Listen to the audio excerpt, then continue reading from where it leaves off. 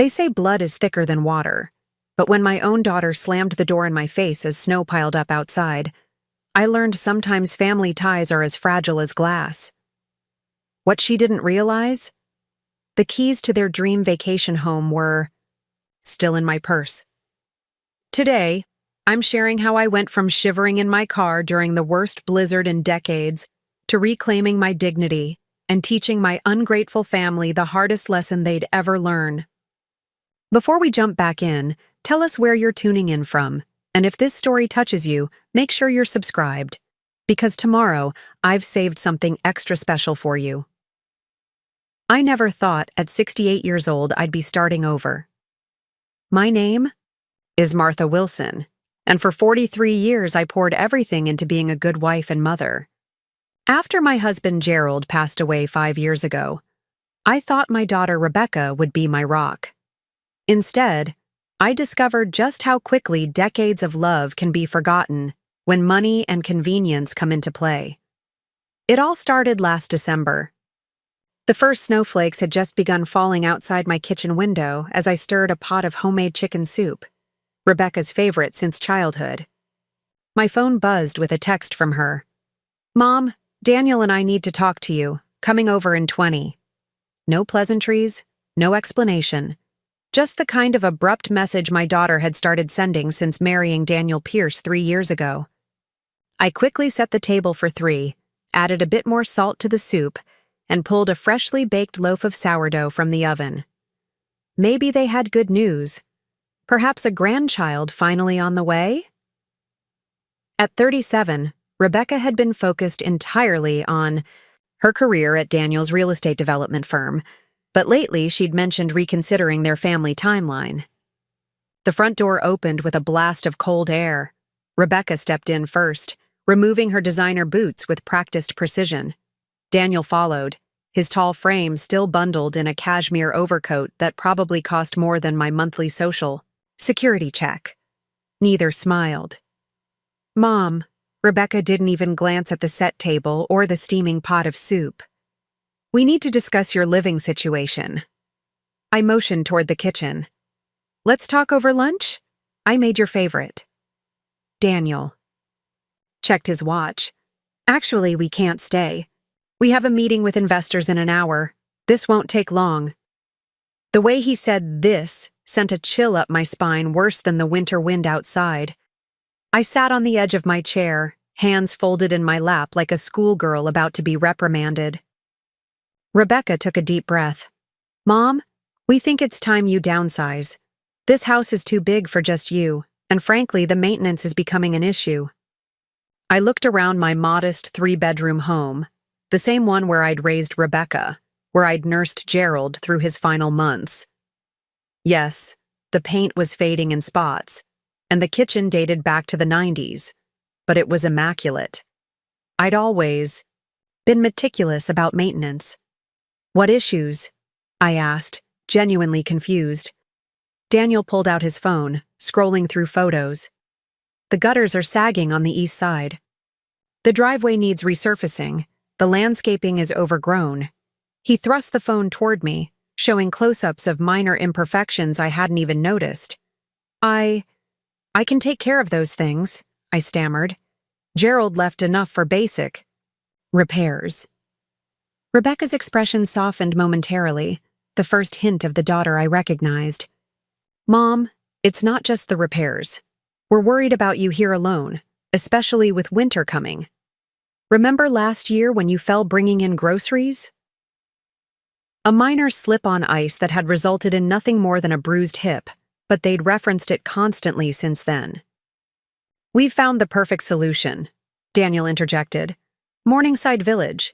It's a wonderful senior community with everything you need: activities, dining options, medical care on site." Rebecca brightened. "You'll make friends your own age. No more worrying about home maintenance or shoveling snow." "But I like taking care of my home," I said quietly. "And I have friends here. My garden club, my church group." Daniel glanced at his watch again. "Martha, be practical. You're getting older. This neighborhood is changing. Younger families moving in, property values fluctuating. Selling now makes financial sense before the market shifts. The real reason emerged like a shark fin breaking water. This wasn't about my well-being. This was about my property. My lot was nearly an acre, one of the larger ones in a neighborhood that had become increasingly desirable. "We've already scheduled a meeting with Morningside for tomorrow," Rebecca said, pulling out a glossy brochure. "Just to tour. No pressure." But there was pressure. It radiated from them like heat from a furnace. I took the brochure with trembling hands. "And," Daniel added with a tight smile, "we've taken the liberty of having Thompson Realty evaluate your home. Preliminary estimate puts it at around $425,000. After the Morningside entrance fee, you'd still have a nice nest egg. $425,000. Not once had they asked if I wanted to move. Not once had they consulted me before, contacting realtors and retirement communities. They'd planned my entire future over my head, like I was a child incapable of making decisions. "I need time to think," I managed to say. Rebecca stood, checking her own watch now. "Of course, Mom." "Sleep on it. We'll pick you up tomorrow at 10 for the tour." They left without hugging me goodbye. They left without noticing the soup or bread. They left without asking a single question about how I was feeling or what I wanted. I sat alone at my kitchen table, the snow falling heavier outside, and felt the first crack form in my heart. The Morningside Village tour was a blur of beige walls and identical apartments. The residents resembled well-dressed ghosts, drifting through community rooms, with vacant smiles. Everything smelled faintly of disinfectant, masked by artificial floral scents. The deluxe one-bedroom apartment they showed me was half the size of my master bedroom. The waiting list for these units is typically 6 months. The admissions, director told us, but we've had a cancellation. This particular unit could be available as early as next month. Rebecca squeezed my arm. "Isn't that lucky, Mom? It's perfect timing." Perfect for whom? I wondered. That evening, Rebecca and Daniel invited me to dinner at their luxurious downtown condo, a rare occurrence. Over an elaborate meal they barely touched, they laid out their timeline. I would list my house immediately, move to Morningside within 30 days, and they would handle selling most of my furniture since there simply won't be room for all these outdated pieces. "We're thinking of buying your property ourselves, actually," Daniel said casually, swirling expensive scotch in a crystal glass. "As an investment, the lot has potential for development." "Development?" I echoed. "You mean tearing down my home?" Rebecca patted my hand. "Daniel's company is exploring opportunities for luxury duplexes in established neighborhoods. Your lot is ideal. Large, corner location, mature trees that add value."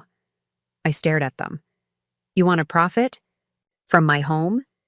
Preparing and narrating this story took us a lot of time, so if you are enjoying it, subscribe to our channel.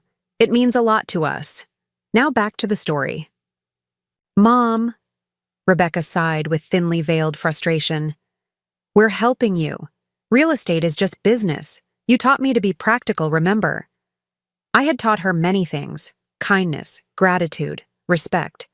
Those lessons seemed forgotten. For 2 weeks, I endured daily calls about listings, moving companies, and what items I really needed to keep. I felt increasingly cornered, like a fox with hounds closing in. On a snowy Friday morning, Rebecca arrived unannounced with empty boxes and color-coded stickers. Green for Morningside, yellow for storage, red for donation, blue for selling, she explained, already placing a red sticker on the antique sideboard Gerald had restored for our 25th anniversary. "Stop," I said, my voice surprisingly firm. "I haven't agreed to any of this." Rebecca froze, stickers in hand. "Mom, we've been over this. The Morningside contract needs to be signed by Monday to secure your spot." "I'm not signing anything." Her expression hardened. "You're being irrational. This is the best option. For everyone." "For everyone?" Or for you and Daniel's development plans? That's unfair, she snapped. We're trying to take care of you before you become a burden. The word sliced through me. Burden. After all those years of caring for her, loving her, sacrificing for her, I was now reduced to a burden. I think you should leave, I said quietly. Mom, please go, Rebecca. She gathered her boxes and stickers, muttering about stubborn old people as she left. For the first time, I locked the door behind her. That night, I couldn't sleep. Wind howled around the eaves of my house, my home, where every corner held memories. I thought about the property and what it was actually worth, not just in dollars, but in history. Then I remembered something else, something tucked away in Gerald's office that I hadn't considered in years. I padded down the hallway to the room I'd left largely untouched since his passing. In the bottom drawer of his desk, beneath folders of insurance policies and tax returns, I found a leather portfolio labeled Investments and Properties. Inside was the deed to a property I'd almost forgotten, a lakefront cabin in the Adirondacks that Gerald had inherited from his uncle in the 1980s. We'd visited occasionally when Rebecca was young, but after purchasing a more accessible vacation property closer to our primary home, we'd rented the cabin out through a management company. The income had been modest but steady, automatically reinvested according to Gerald's instructions. What caught my eye wasn't the deed itself, but the most recent tax assessment slipped behind it, dated just 2 years ago. The property value had increased tenfold since we'd acquired it. The rustic 3-bedroom cabin now sat on land worth over $2 million, thanks to luxury development throughout the region. I was not a burden. I was not destitute. I was not dependent on my daughter's conditional charity. With shaking hands, I reached for my phone and called the only person I trusted for honest advice, my sister-in-law, Helen, who had been a real estate attorney before retirement. Martha? Her voice was groggy with sleep. It's nearly midnight. Is everything all right? I need your help, I said. And I need you to keep this conversation completely confidential. The next morning brought the heaviest snowfall of the season. Weather alerts warned of blizzard conditions developing by afternoon. I was organizing paperwork at my kitchen table when Rebecca called. Mom, Daniel and I are coming over. We need to finalize the Morningside paperwork today. There's a blizzard warning, I protested. The roads will be dangerous. It's just snow, Mom. We'll be there in 20 minutes. Have your checkbook ready for the deposit. Before I could respond, she hung up. I looked down at the documents. Helen had helped me prepare until 3 a.m. Timing was everything now. True to her word, Rebecca's luxury SUV pulled into my driveway exactly 20 minutes later. She and Daniel hurried through the thickening snow, briefcase in hand, expressions determined. I met them at the door without inviting them in. I've made my decision, I said firmly, handing Rebecca an envelope. She opened it, confusion crossing her face as she scanned the single-page letter inside. What is this? My formal notice that I will not be selling my home or moving to Morningside Village. As the letter states, I've consulted with legal counsel and understand my rights as a homeowner. Daniel tried to look over her shoulder. Legal counsel? Martha, that's unnecessary. We're family. Yes, we are family, I agreed. Which is why I'm surprised you would try to pressure me out of my home for your development project without full disclosure of your financial interest. Rebecca's face flushed. Mom, you're blowing this out of proportion. We found a naive old woman you could manipulate for profit, I finished for her. I may be older, but I'm not stupid, Rebecca. Daniel's professional veneer cracked. Listen, Martha, this attitude isn't helpful. We're looking out for your best interests. No, you're looking out for your balance sheet. Now, unless you're here to visit your mother with genuine concern, I suggest you both leave. Rebecca's eyes narrowed. You've been talking to someone. Who? Helen? She's always been jealous of our success. Snow swirled around us as we stood in the doorway, the temperature dropping by the minute. I didn't respond to her accusation. Mom, you're making a huge mistake. That Morningside apartment won't be available again.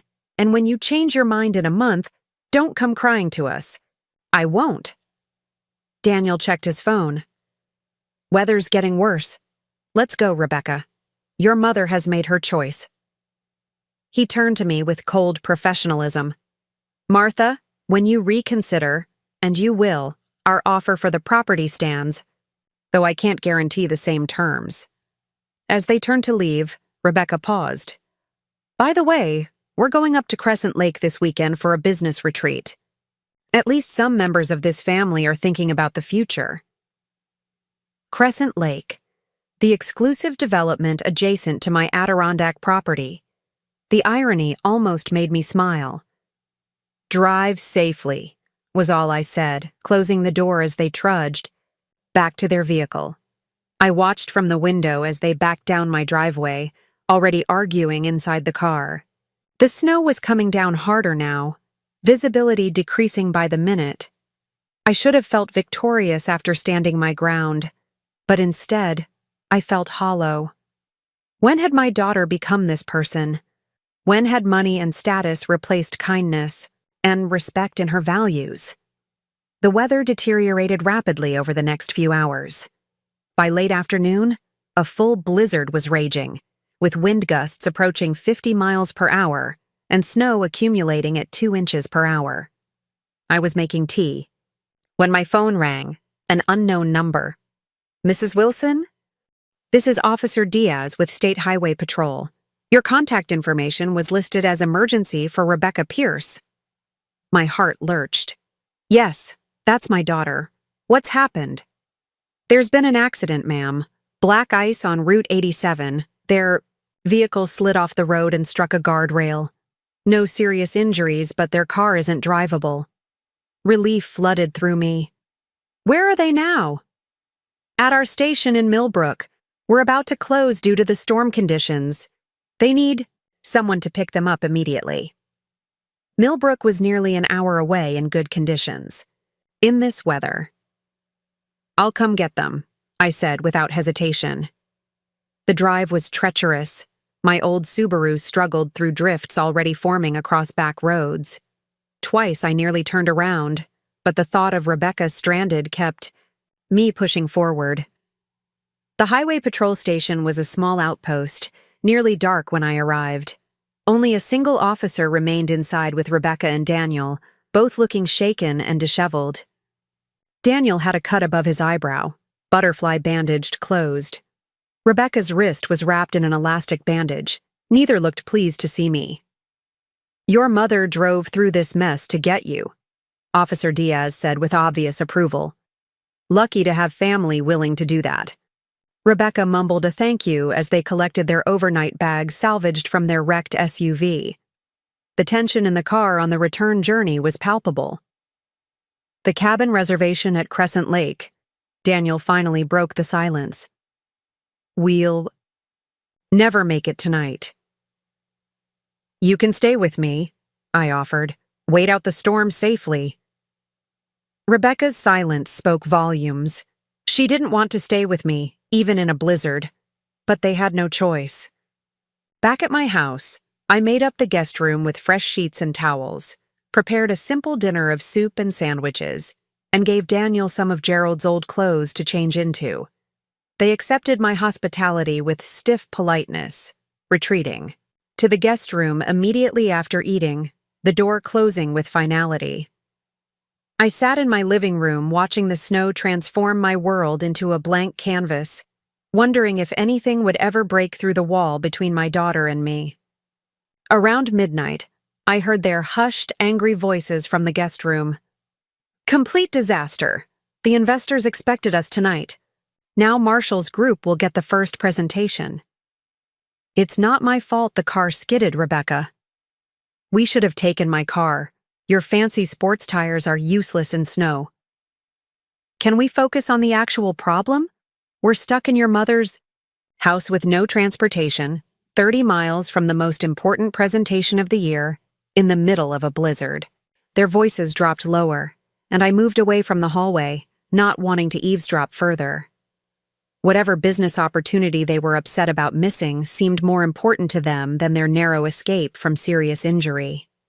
The next morning brought sunshine reflecting blindingly off 3 feet of pristine snow.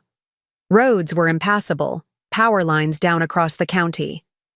We were effectively stranded for at least another day. Over a tense breakfast, Rebecca finally addressed me directly. "Mom, I need to use your car. The main highways might be cleared by now." "They're not," I said, showing her the emergency alerts on my phone. "Even the plows are stuck." "We have to get to Crescent Lake today," Daniel insisted. "This meeting can't wait." I contemplated their desperation, remembering Helen's advice from our late-night strategy session. Sometimes the right lesson comes at the unexpected moment. "What's this meeting about?" I asked innocently. Rebecca hesitated, then apparently decided honesty might gain my cooperation. "Waterfront development opportunities. A group of investors is looking at property around Crescent Lake for luxury vacation homes. Daniel's presenting our company's vision this weekend." "I see." I sipped my coffee. "And these investors?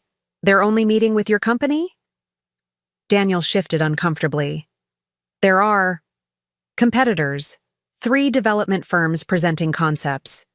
But we had the earliest slot, which typically leaves the strongest impression." "Sounds important." Rebecca leaned forward. "It's everything, Mom. This project could establish us nationally. We're talking about a $30 million development." I nodded thoughtfully.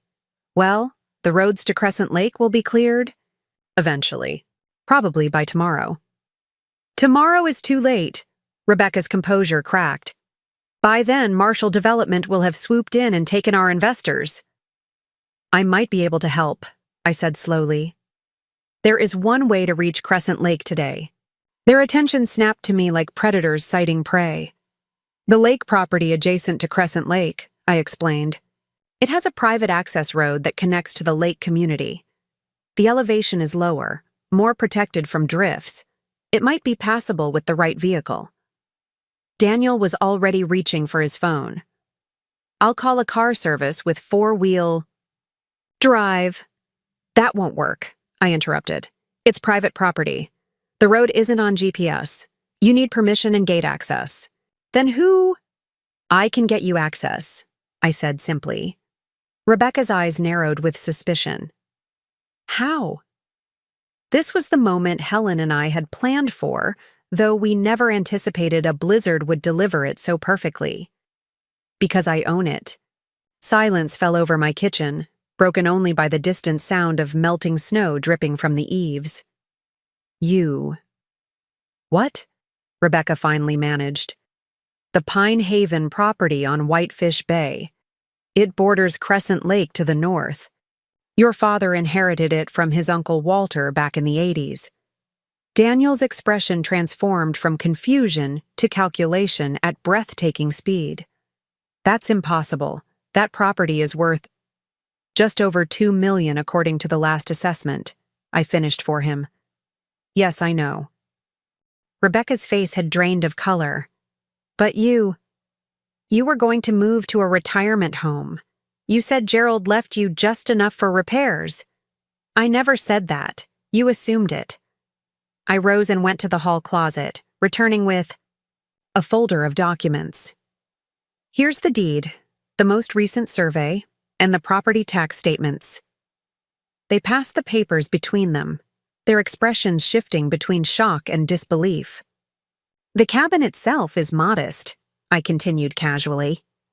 "But it sits on 12 acres with 800 feet of lakefront.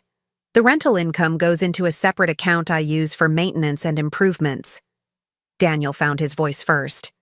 "Why? Didn't you tell us about this?" "Why would I? It wasn't relevant to our relationship." I met Rebecca's eyes directly. A mother shouldn't have to prove her worth to her daughter with a balance sheet. Rebecca had the grace to look ashamed, if only briefly.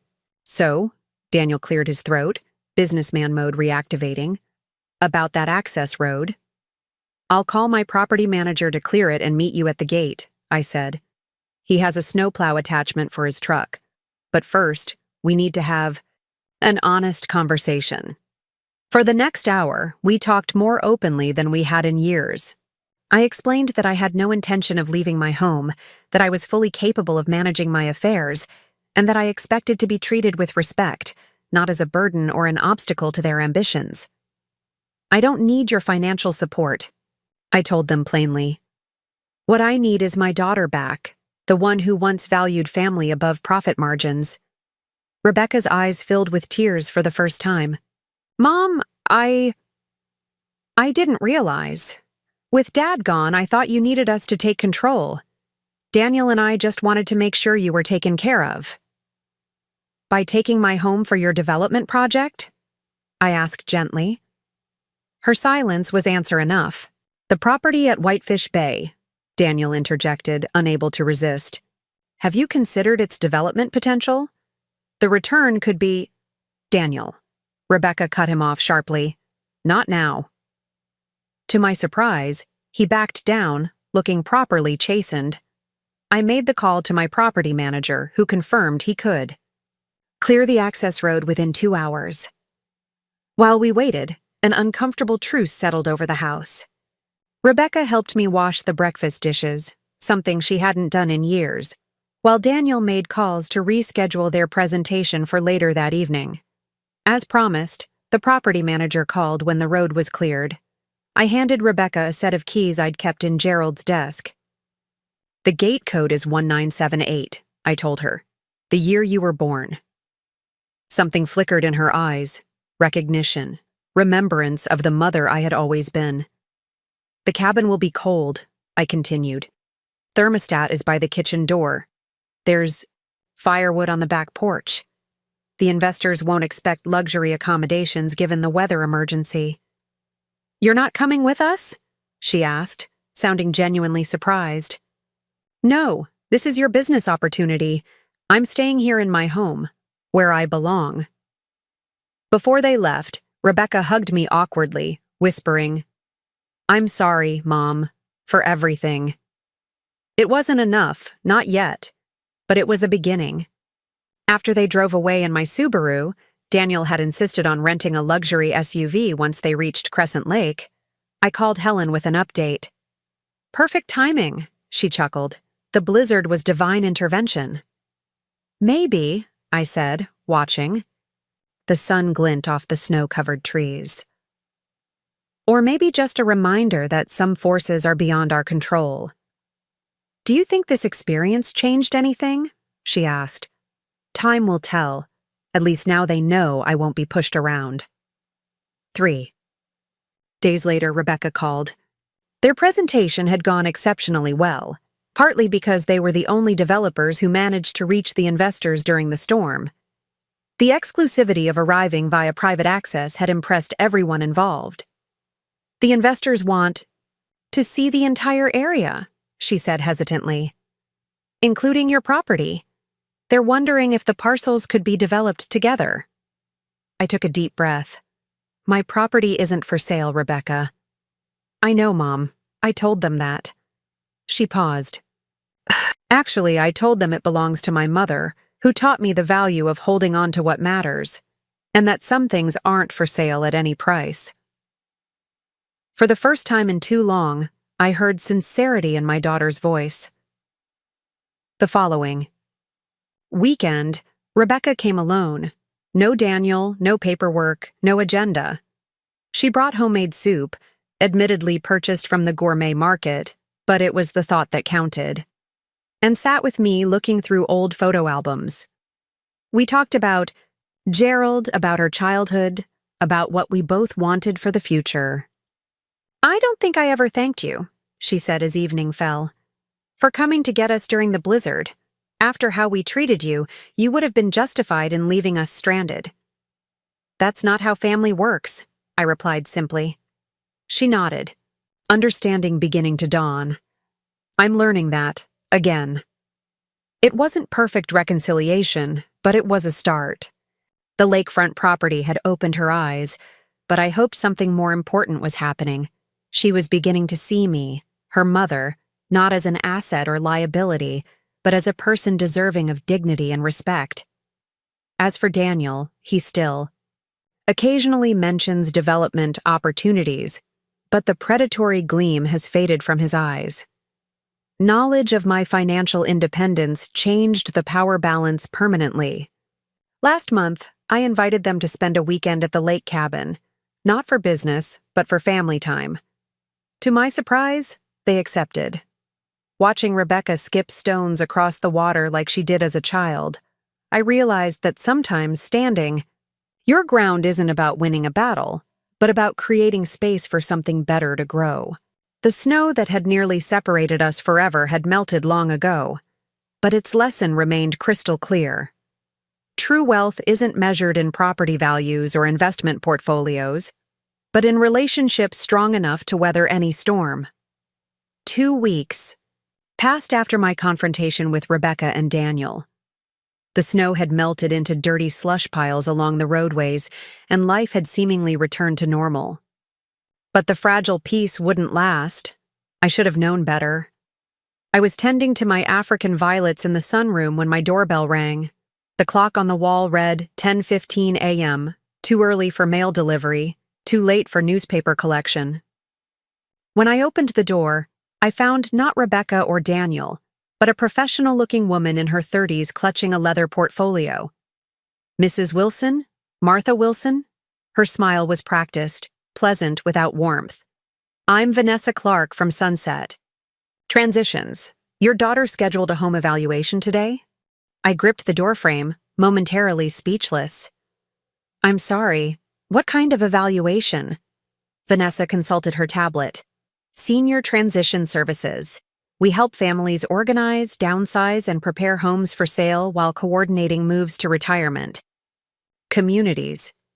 Her eyes were already scanning my entryway, mentally cataloging the furniture. The appointment was set for 10:00. I'm running a bit behind. Hope that's not an issue. My chest tightened.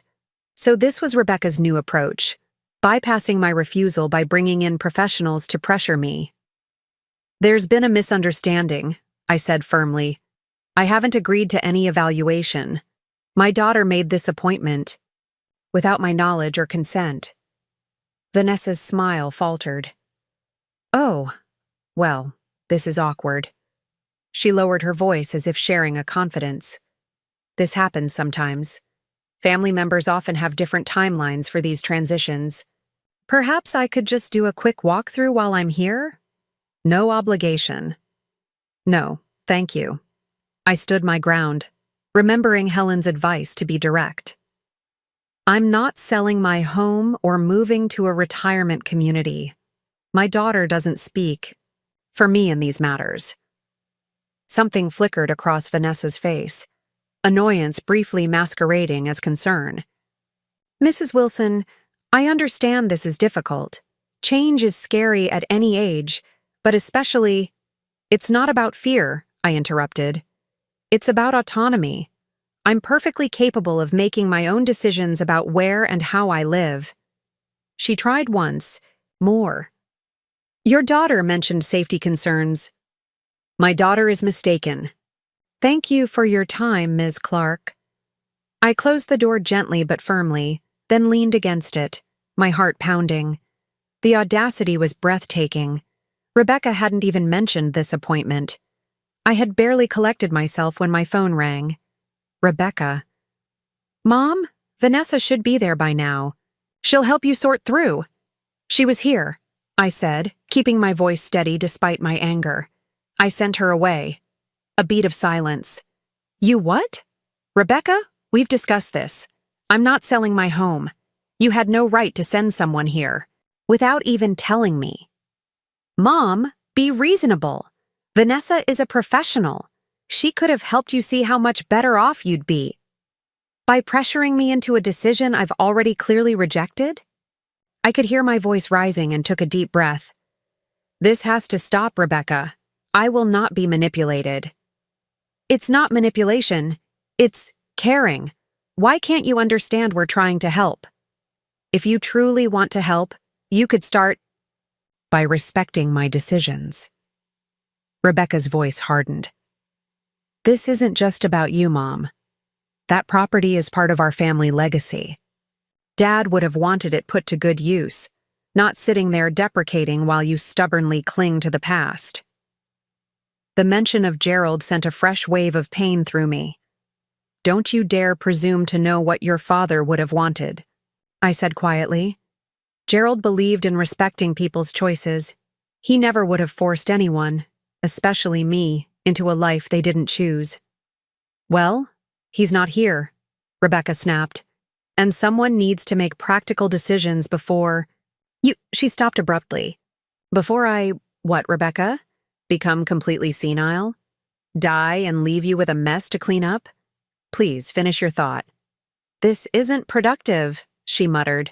We'll talk later when you're being more reasonable. The line went dead.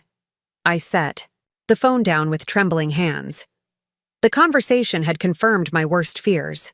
This wasn't about my well-being at all. It was about my property, about what they considered their legacy, as if I were merely a temporary caretaker of assets they already viewed as rightfully theirs. I called Helen immediately. She listened to my account of the morning's events with growing concern. This is escalating, Martha, she said. Rebecca's bringing in third parties now. Next, it could be a doctor to evaluate your cognitive capacity or worse. She wouldn't do that, I protested, though uncertainty colored my voice. Are you sure? A week ago, would you have believed she'd send a stranger to evaluate your home without permission? Helen's practical tone left no room for sentimentality. We need to accelerate our plans. Following her advice, I spent the afternoon making appointments with my primary care physician for a comprehensive cognitive assessment, which I passed with flying colors, with my bank to update account access protocols, and most importantly, with Helen's former law partner who specialized in elder rights. That evening, I unearthed dusty photo albums from the attic. Page after page documented Rebecca's childhood, Gerald teaching her to ride a bike, family vacations at the lake cabin, her high school graduation with both of us beaming beside her. When had things changed so dramatically? When had I transformed? In her eyes from mother to obstacle? I paused at a photo taken about 5 years ago, shortly before Gerald's diagnosis. We were celebrating Rebecca's promotion at the real estate firm where she'd met Daniel. Her smile was radiant, genuine. We'd been close then. She'd called me almost daily, asking advice about office politics or seeking reassurance when deals fell through. Had Daniel's influence changed her, or had the seeds always been there, dormant until opportunity watered them? I couldn't be sure. The next morning brought unexpected sunshine, both literal and figurative. I was surprised to find Rebecca on my doorstep, alone, bearing a peace offering of fresh bagels and coffee. Mom, I'm sorry about yesterday, she said, seeming genuinely contrite. I should have talked to you first about Vanessa. Cautiously, I invited her in. We settled at the kitchen table, the familiar ritual of sharing breakfast temporarily bridging the chasm between us. I've been thinking about what you said, she continued, spreading cream cheese on a bagel. About respecting your decisions. Hope flickered within me. I appreciate that, sweetheart. I still worry about you here alone, but maybe we approached it all wrong. She sipped her coffee, hesitating before continuing. What if, instead of selling, we consider alternatives? You could keep the house but move into a senior apartment temporarily. Just winters, perhaps, when maintenance is hardest. It wasn't a complete surrender, but it was the first compromise she'd offered. I considered her words carefully. That's not unreasonable, I acknowledged. Seasonal arrangements do make sense for some people. Rebecca brightened, encouraged by my response. Exactly. You'd have the best of both worlds. And maybe Daniel and I could help with upgrades to make the house safer and more efficient when you are here. The conversation felt almost normal, like we were problem-solving together rather than battling for control. For the first time in weeks, I glimpsed my daughter beneath the ambitious real estate developer she'd become. "I'd be open to discussing safety modifications," I said carefully. "The bathroom could use updated grab bars, and better outdoor lighting would help during winter evenings." "We could start there," Rebecca agreed, her relief palpable. "No pressure about moving, just practical improvements." We spent an hour walking through the house, identifying potential updates. Rebecca took notes on her phone, occasionally snapping photos of areas needing attention. It felt collaborative rather than invasive. Perhaps we were finding middle ground after all. As she prepared to leave, Rebecca hugged me, a real embrace, not the perfunctory gesture she'd offered in recent months. "I'm sorry things got so tense," she murmured against my shoulder. "I do want what's best for you, Mom." "I know, sweetheart." And in that moment, I believed her. After she left, I called Helen to report this unexpected development. "It sounds promising," she agreed, though her tone held reservation. "Just don't let your guard down completely. Keep our appointments with the lawyer and doctor." "You think it's an act?" I asked, suddenly uncertain. "Not necessarily. Rebecca might genuinely feel remorseful, but Daniel's influence concerns me. Helen had always been perceptive about people. Just proceed with caution." Her warning proved prescient sooner than either of us expected. 3 days later, a contractor's truck pulled into my driveway unannounced. 2 men in work clothes approached my door carrying toolboxes. "Mrs. Wilson, we're from Pioneer Home Services," the older man explained. "Your son-in-law scheduled a renovation consultation."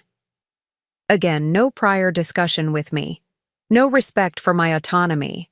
The realization that Rebecca's apparent change of heart had been merely a tactical shift, gathering information about my home under the guise of concern, felt like a physical blow.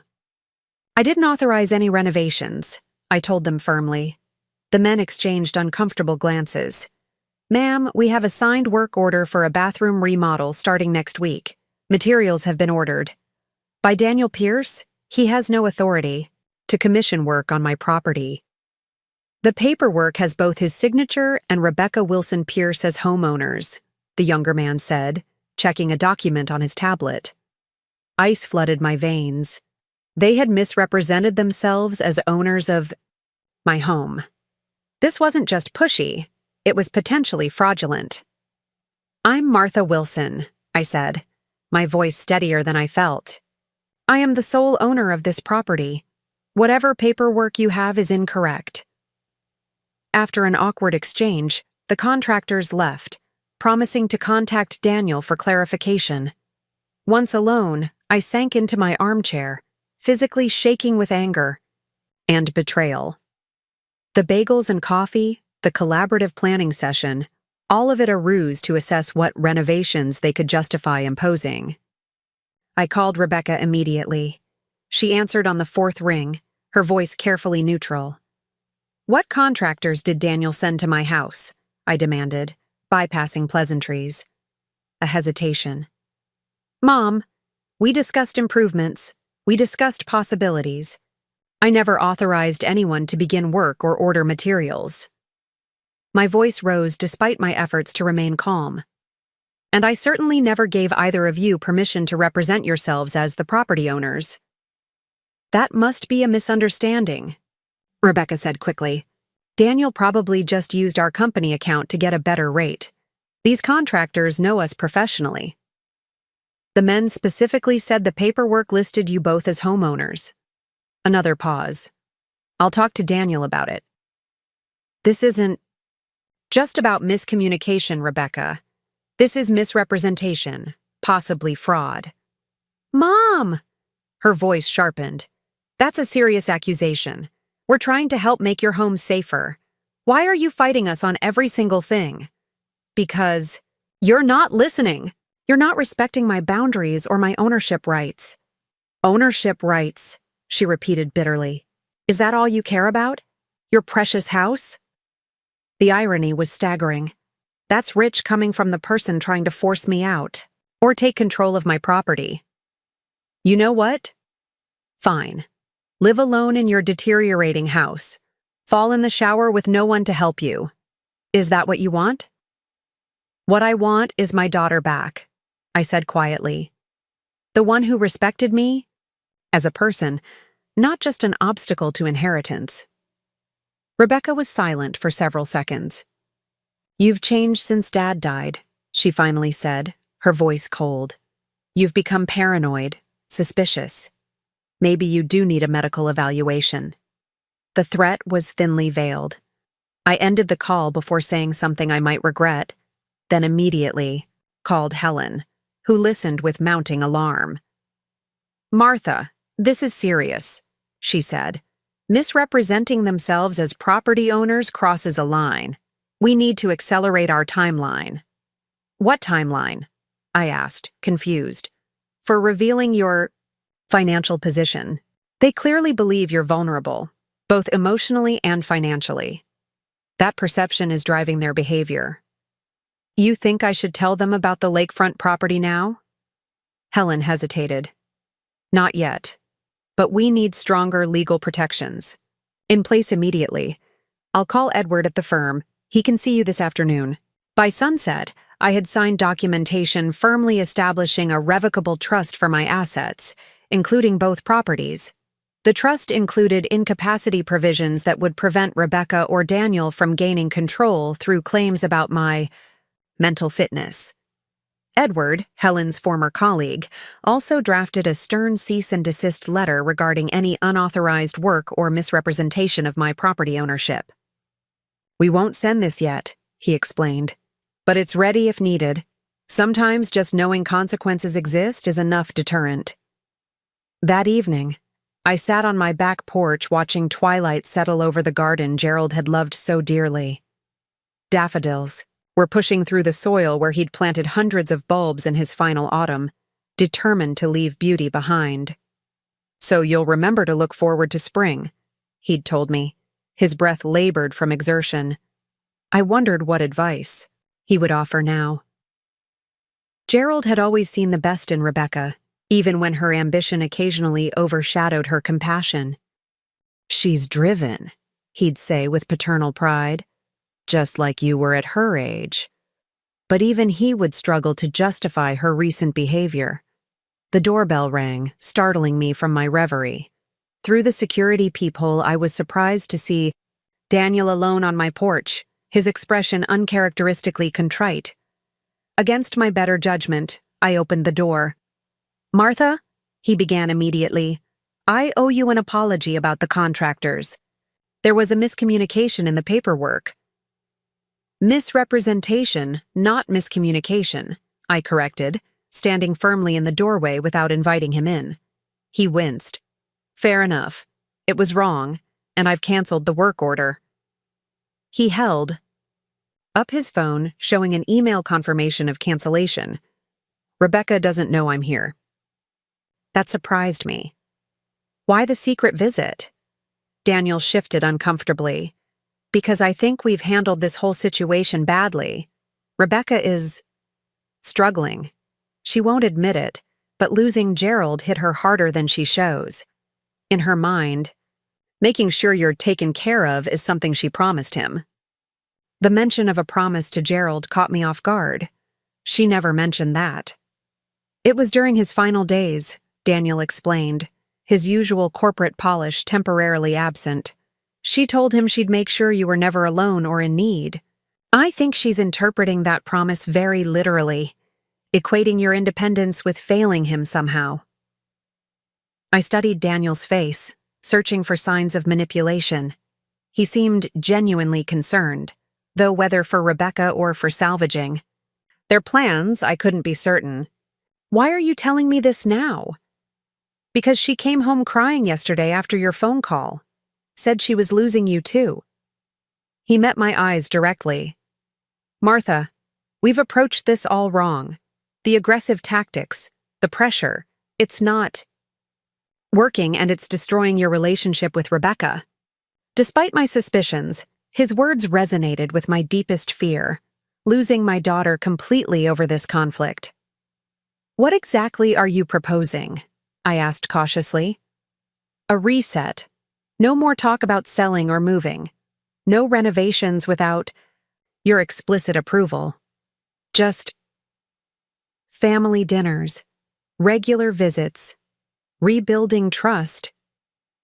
It sounded reasonable.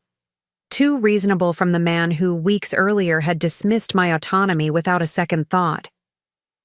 And the development plans for my neighborhood, the investment opportunity my property represents, have those magically disappeared?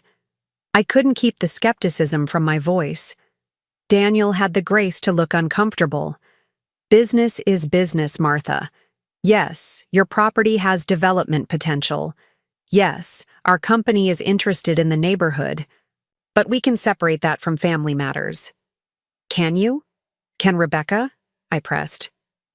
"We can try," he offered, which was perhaps the most honest thing he'd said yet. I considered his words carefully. "I appreciate the gesture, Daniel, but trust is earned, not declared. Actions, not promises, will determine where we go from here." He nodded, accepting this partial truce. "Fair enough. How about Sunday dinner? Here or at our place, whichever you prefer." "Here," I said firmly. 6 o'clock. After he left, I called Helen again, recounting the unexpected visit. "It could be genuine," she acknowledged. "Or it could be a tactical retreat, realizing forcing you isn't working, so they're trying a softer approach. Either way, a cooling off period seems wise," I reasoned, "and Sunday dinner gives me an opportunity to assess whether Rebecca truly wants reconciliation." "Just remember everything we've put in place legally," Helen cautioned. "Don't sign anything, no matter how casual it seems." Sunday arrived crisp and clear, early spring sunshine bathing the neighborhood in golden light. I spent the morning baking Gerald's favorite lemon pound cake, Rebecca's favorite too, though she'd probably deny the sentimental attachment now. The familiar rhythm of measuring, mixing, and timing provided a meditative calm I desperately needed. At precisely 6, my doorbell rang. Rebecca and Daniel stood on the porch, she clutching a bouquet of tulips, he balancing a bottle of wine. Their expressions were caught between determination and uncertainty, like actors who had memorized their lines but remained unsure of their motivation. "These are beautiful," I said, accepting the flowers. "Thank you." Rebecca's smile seemed genuine, if tentative. "I remembered you always planted tulips along the front walk." "Your father's influence," I acknowledged, stepping aside to let them enter. "He believed in celebrating spring as dramatically as possible." A flicker of sadness crossed Rebecca's face at the mention of Gerald. Not the performative grief she sometimes displayed at family gatherings, but something more authentic. Dinner progressed with surprising smoothness. We avoided contentious topics, instead discussing neutral subjects. A documentary series Rebecca had been watching, Daniel's brother's new baby, my garden club's upcoming plant sale. For brief stretches, it almost felt like family again. As I served coffee and cake, Rebecca's demeanor shifted subtly. She placed her fork down without tasting the dessert, her posture straightening into what I recognized as her business meeting stance. "Mom," she began, her tone carefully modulated, "I want to apologize properly for how we've handled things. The senior living suggestions, the contractors. It was too much, too fast, without enough consideration for your feelings." It sounded rehearsed but not insincere. I nodded, acknowledging her words without immediately absolving her. "The truth is," she continued, "I worry about you being alone. After what happened to Mrs. Harmon next door?" "Margaret Harmon fell because she was mixing medications," I interjected. "That has nothing to do with living independently." "I know, but—" "Rebecca," I said gently, "I understand concern. What I don't understand is the leap from concern to control." Daniel shifted uncomfortably beside her.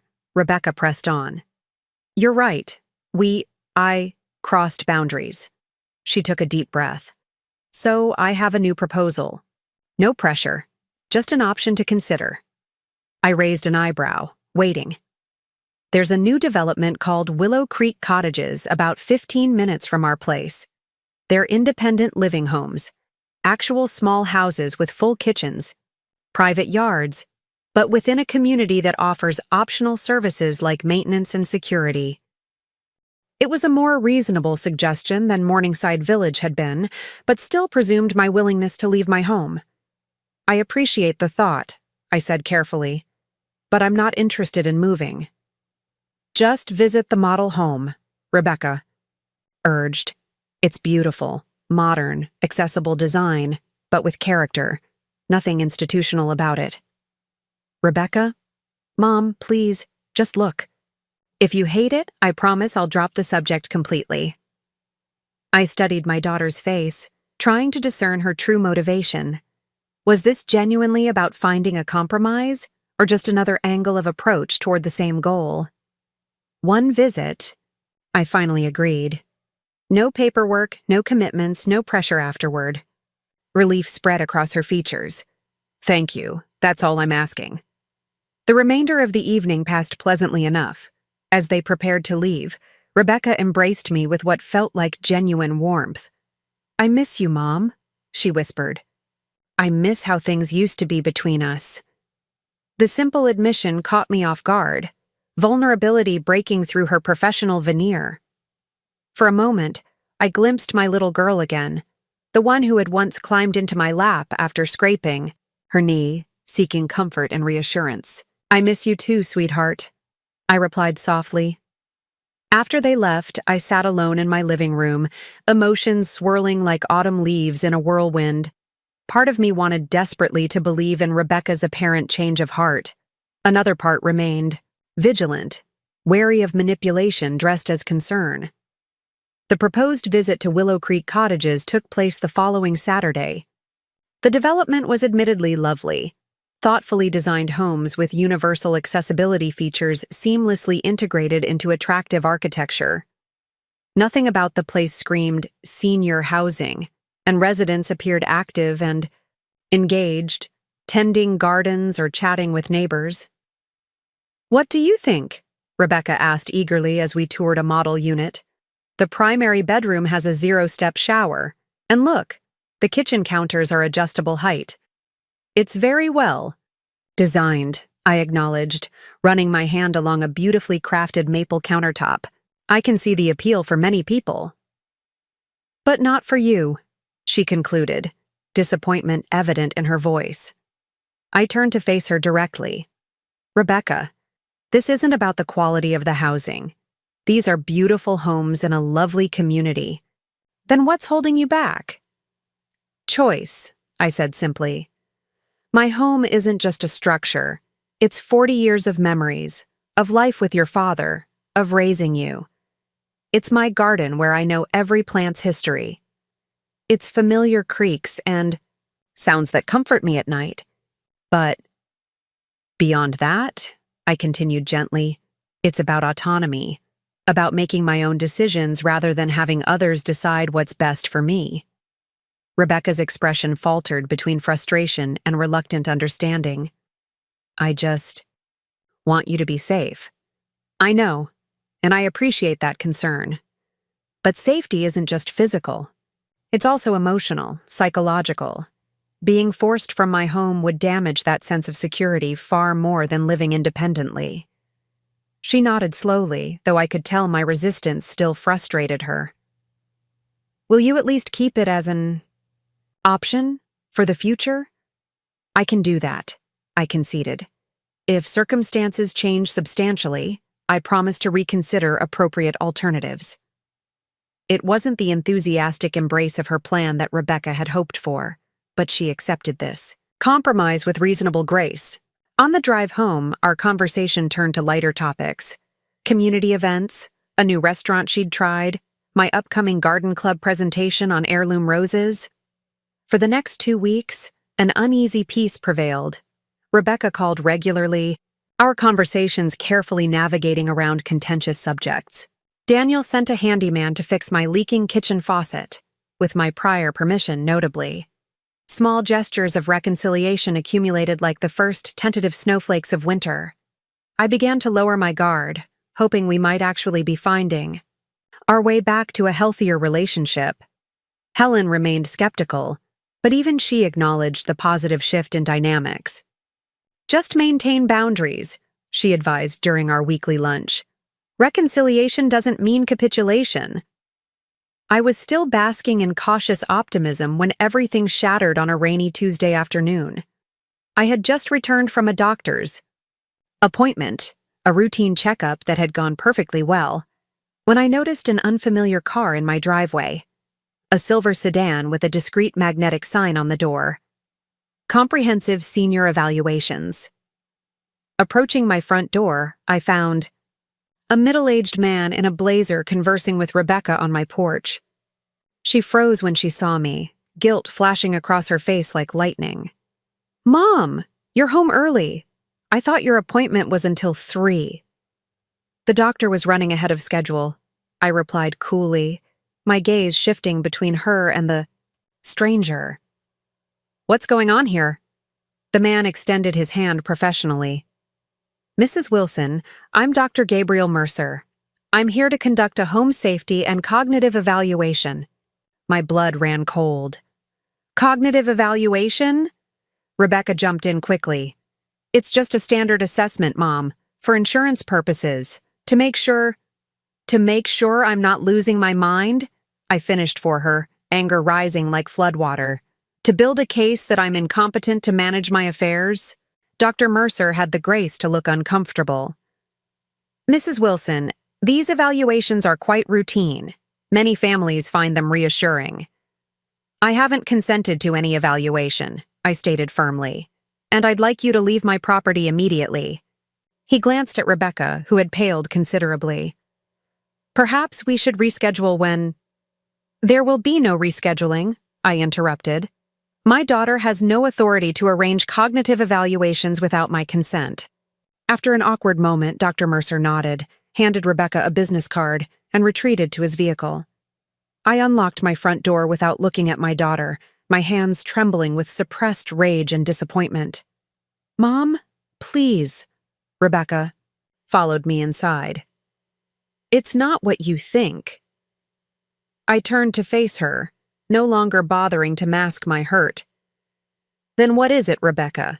Because from where I'm standing, it looks like you arranged for a stranger to evaluate my mental competence behind my back, while pretending to respect my autonomy." "It's just a precaution," she insisted.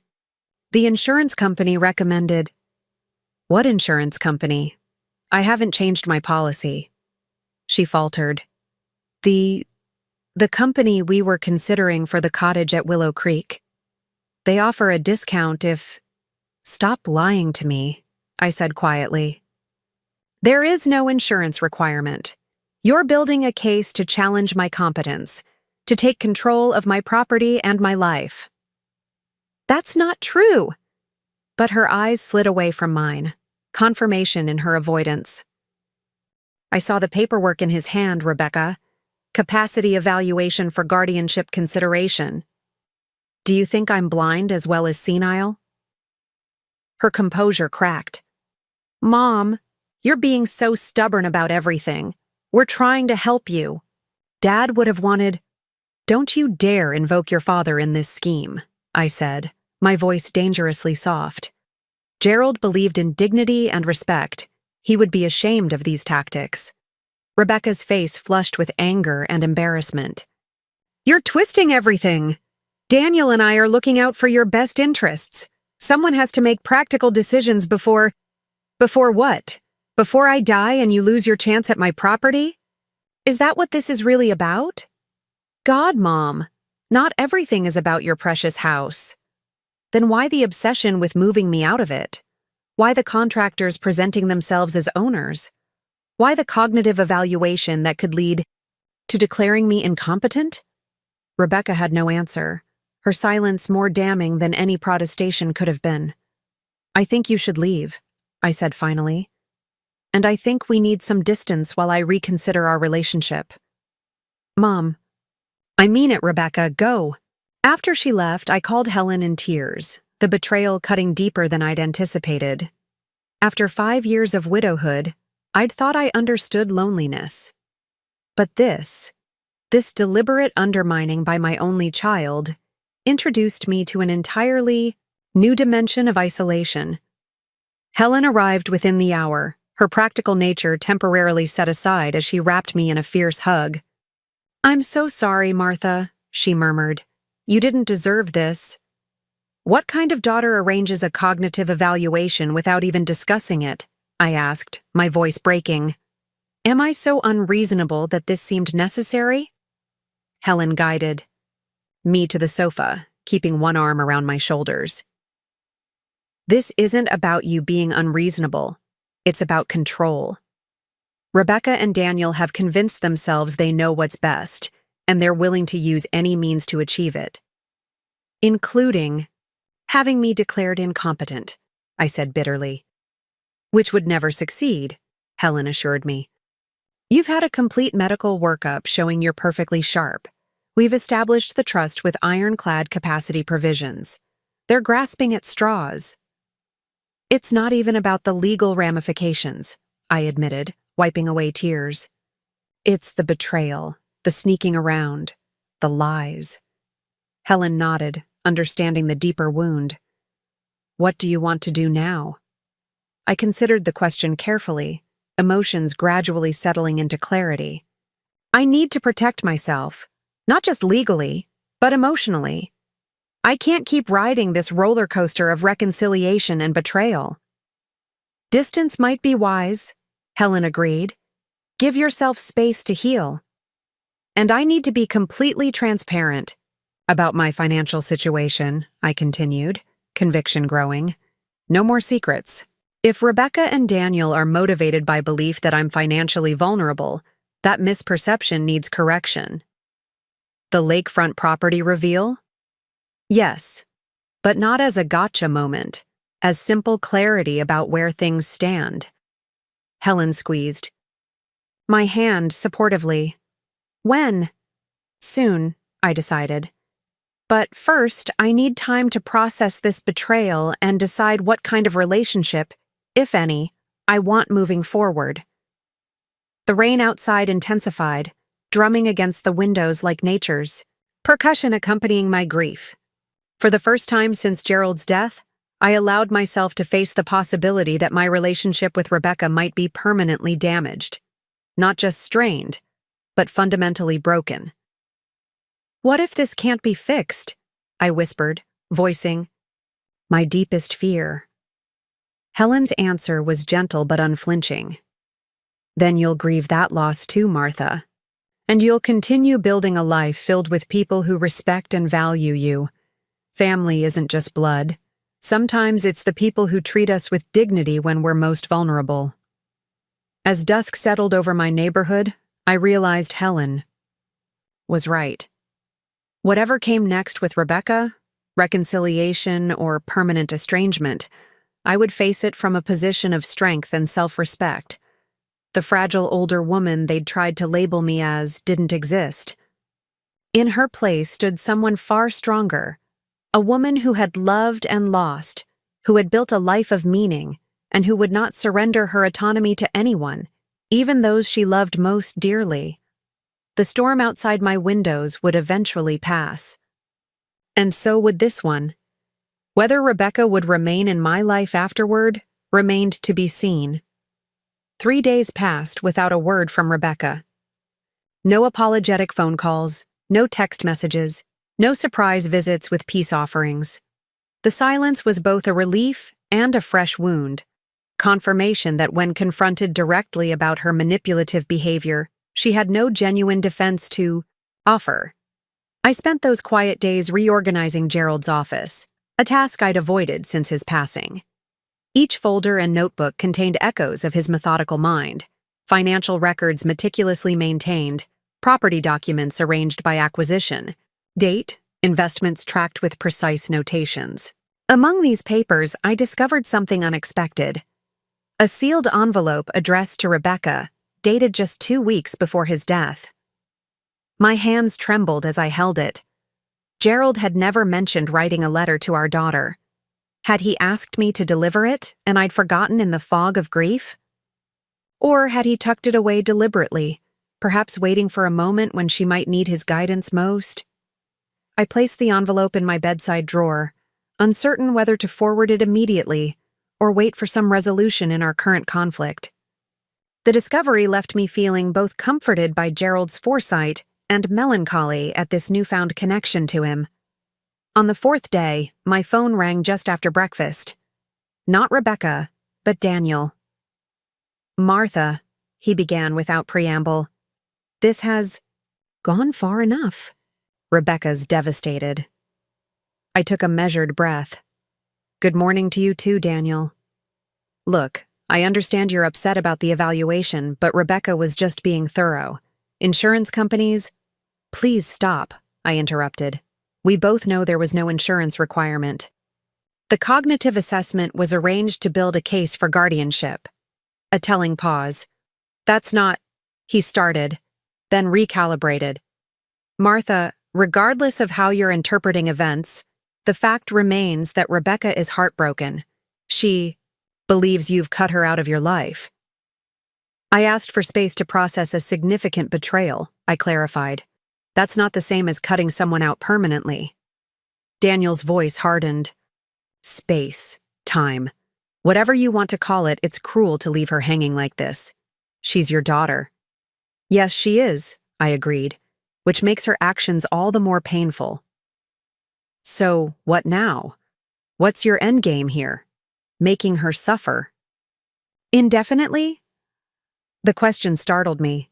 This isn't about punishment, Daniel. It's about boundaries and trust. Both have been repeatedly violated.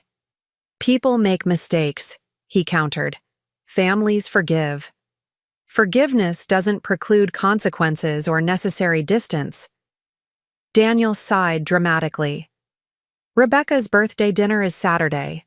The family's gathering at Veritas Restaurant downtown. She wants you there." The sudden shift to social obligation caught me off guard. Rebecca's birthday. I hadn't forgotten the date, but in the midst of our conflict, I hadn't considered celebration. Plans. "I'm not sure that's wise right now," I said carefully. "Things are still raw between us." "It's her birthday, Martha. Are you really going to punish her by not showing up? What kind of mother does that?" The guilt manipulation was so transparent I almost laughed. The kind who's been repeatedly deceived by her daughter, most recently through an attempt to question her mental competence. "For God's sake," Daniel snapped, professional veneer cracking. "Let it go. Come to dinner. Act like a mother for once." The unfairness of his accusation stung sharply. "I've been acting like a mother for 37 years, Daniel. What I won't act like is a doormat." "Fine," he bit out. "I'll tell Rebecca you refused. That should make for a happy birthday." "Tell her whatever you wish," I replied evenly. "But if you're interested in accuracy, tell her I need more time before social gatherings are appropriate, and that when she's ready for an honest conversation, without manipulation, without ulterior motives, I'll be here." After hanging up, I sat in my kitchen, heart racing despite my outward composure. Daniel's call had been a clumsy attempt at emotional leverage, but that didn't make it entirely ineffective. The thought of Rebecca celebrating her birthday without me created a hollow ache in my chest. For 37 years, I'd marked each of her birthdays with carefully selected gifts, homemade cakes, and heartfelt cards. Even after she'd moved out, we'd maintained the tradition of birthday dinners, just the two of us initially, then including Gerald, and later Daniel. The idea of breaking this continuity, regardless of justification, felt like severing another thread in our already fraying relationship. I called Helen, seeking her level-headed perspective. "Of course they're using her birthday as leverage," she confirmed after hearing about Daniel's call. "It's a public setting where you'd feel pressured to maintain appearances. Classic manipulation. Tactic." But refusing to attend makes me the villain in their narrative, I pointed out. Martha, you need to decide whether you're making decisions based on their potential narrative or your actual well-being. Helen's practical tone was exactly what I needed. Would attending this dinner be healthy for you right now? I considered the question honestly. No.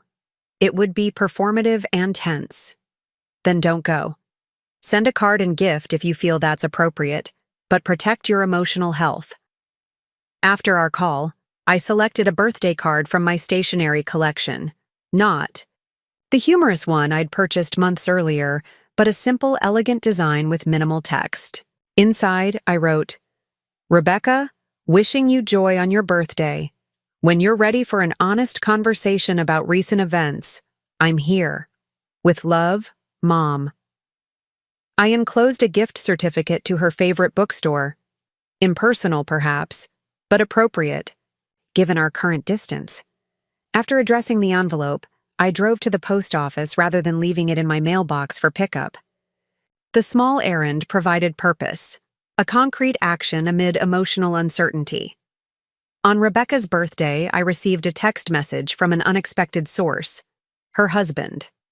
The tersely worded note included a photo of Rebecca at the restaurant, surrounded by friends and colleagues, smiling for the camera with a champagne glass raised. "She's having a wonderful time despite your absence. Just thought you should know." The transparent attempt to provoke guilt might have worked weeks earlier. Now it merely confirmed my decision to maintain distance had been correct. I deleted the message without responding. That evening, alone in my living room with a cup of tea and a novel I couldn't focus on, I found myself thinking about the letter. From Gerald, I'd discovered. What wisdom or comfort might it contain? Would his words offer some path through this painful impasse with our daughter? After retrieving the envelope from my bedside drawer, I sat holding it for several long minutes, torn between respecting its intended recipient and my desperate need for connection to Gerald's perspective. Eventually, I returned it unopened to the drawer. Whatever message he'd left for Rebecca belonged to her, regardless of our current conflict. The following Tuesday brought unexpected clarity in the form of a certified letter from a law firm I didn't recognize. My hands trembled slightly as I signed for the envelope, mind racing through possibilities, none of them positive. Inside was a formal notice informing me that Rebecca and Daniel Pierce had petitioned for guardianship evaluation, citing concerns about my declining capacity to manage personal and financial affairs, and resistance to appropriate care arrangements. The document included a court date scheduled 3 weeks hence and advised me to secure legal representation.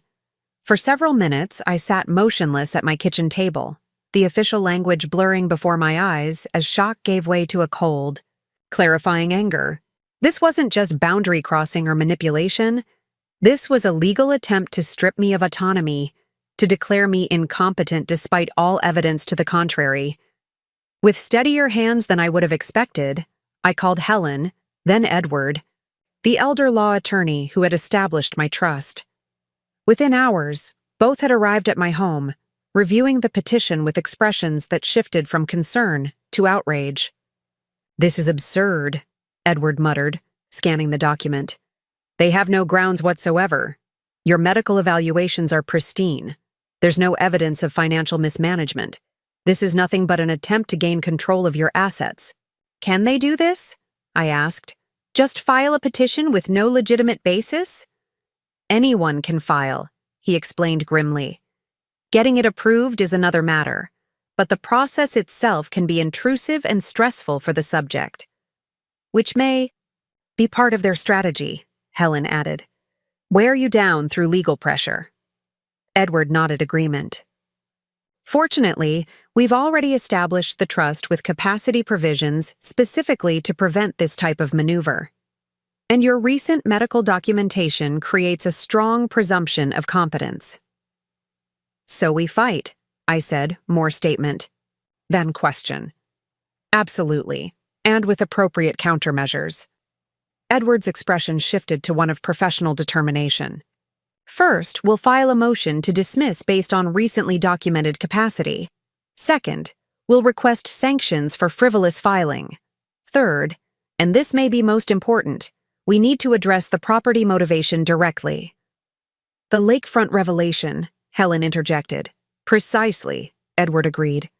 Nothing undermines a financial motive faster than demonstrating that the supposedly vulnerable party has substantial undisclosed assets and excellent financial management. The strategy made logical sense, yet something within me hesitated. This feels so adversarial. She's still my daughter. Edward's expression softened slightly. Martha, I understand this is painful, but Rebecca and Daniel initiated legal proceedings against you. They've moved this beyond family disagreement into potential legal guardianship. We need to respond accordingly. He's right, Helen added gently. This isn't about punishing Rebecca. It's about protecting yourself. By evening, Edward had drafted responses to the petition and outlined our counter-strategies. The immediate legal danger appeared manageable, but the emotional landscape felt irreparably altered. My daughter had taken formal steps to have me declared incompetent. A boundary crossing so profound I struggled to envision any path back to normal relations. That night, sleep proved elusive. I paced my bedroom, pausing occasionally at the window to gaze at the waning moon suspended above my backyard. The garden Gerald had lovingly tended now flourished under my care, spring bulbs emerging in cheerful defiance of winter's lingering chill. Like those persistent flowers, I too would continue growing despite harsh conditions. By morning, I had reached a decision. The legal response would proceed as Edward recommended, but I would take one additional step: direct communication. Not with Rebecca initially, but with Daniel, the apparent architect of this guardianship strategy. I waited until business hours, then called his office directly. Martha, his voice registered surprise when his assistant connected us. I didn't expect. I received the guardianship petition, I interrupted, keeping my tone level. We need to talk. In person. Today. A pause. I'm not sure that's advised, given pending legal. This isn't a negotiation, Daniel. Either we meet privately to discuss resolution, or my next conversation is with the partners at your firm about your attempt to declare a mentally competent client incapacitated for financial gain. The threat was calculated. I knew from Gerald's business connections that Daniel's firm had strict ethical guidelines about conflicts of interest. That's unnecessary, he said quickly. We can meet. My office? 3 o'clock? Not your office. The conference room at First Community Bank on Pine Street. 3 o'clock is fine. Martha, what's this about? If you're planning some dramatic— 3 o'clock, Daniel. Come alone. I ended the call, heart pounding but resolve firm. Immediately, I called Helen, then Edward, informing them of the meeting and my intentions. Neither seemed entirely comfortable with my approach, but both recognized my determination. At least let me accompany you, Helen urged. No, I replied.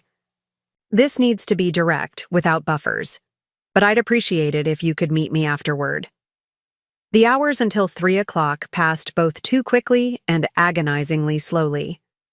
I selected my outfit carefully, not for vanity, but for the psychological advantage of presentation. The navy pantsuit I chose had been a favorite for parent-teacher conferences during my teaching years, projecting authority and competence without intimidation.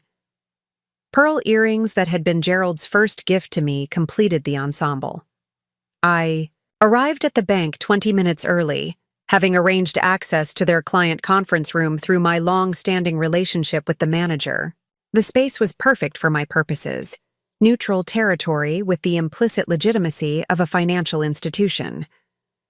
Daniel arrived precisely at 3, expression guarded as he entered the room. His usual confidence seemed diminished, replaced by cautious assessment. "Thank you for coming," I began, indicating the chair across from me. "What's this about, Martha?" he asked, remaining standing. If this is some attempt to resolve the guardianship petition without proper legal channels, please sit down. Daniel.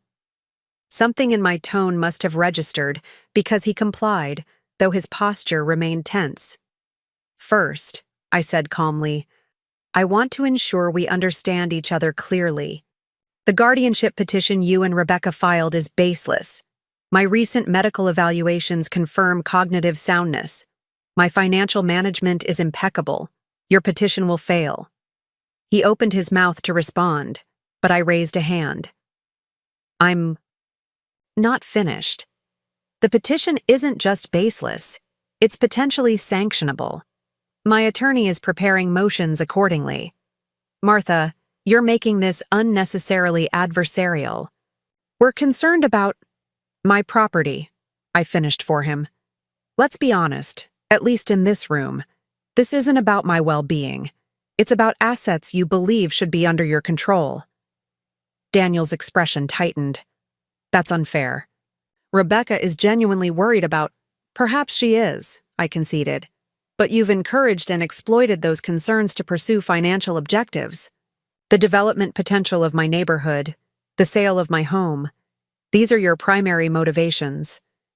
This conversation isn't productive, he said stiffly, beginning to rise. Sit down, Daniel. We're not done.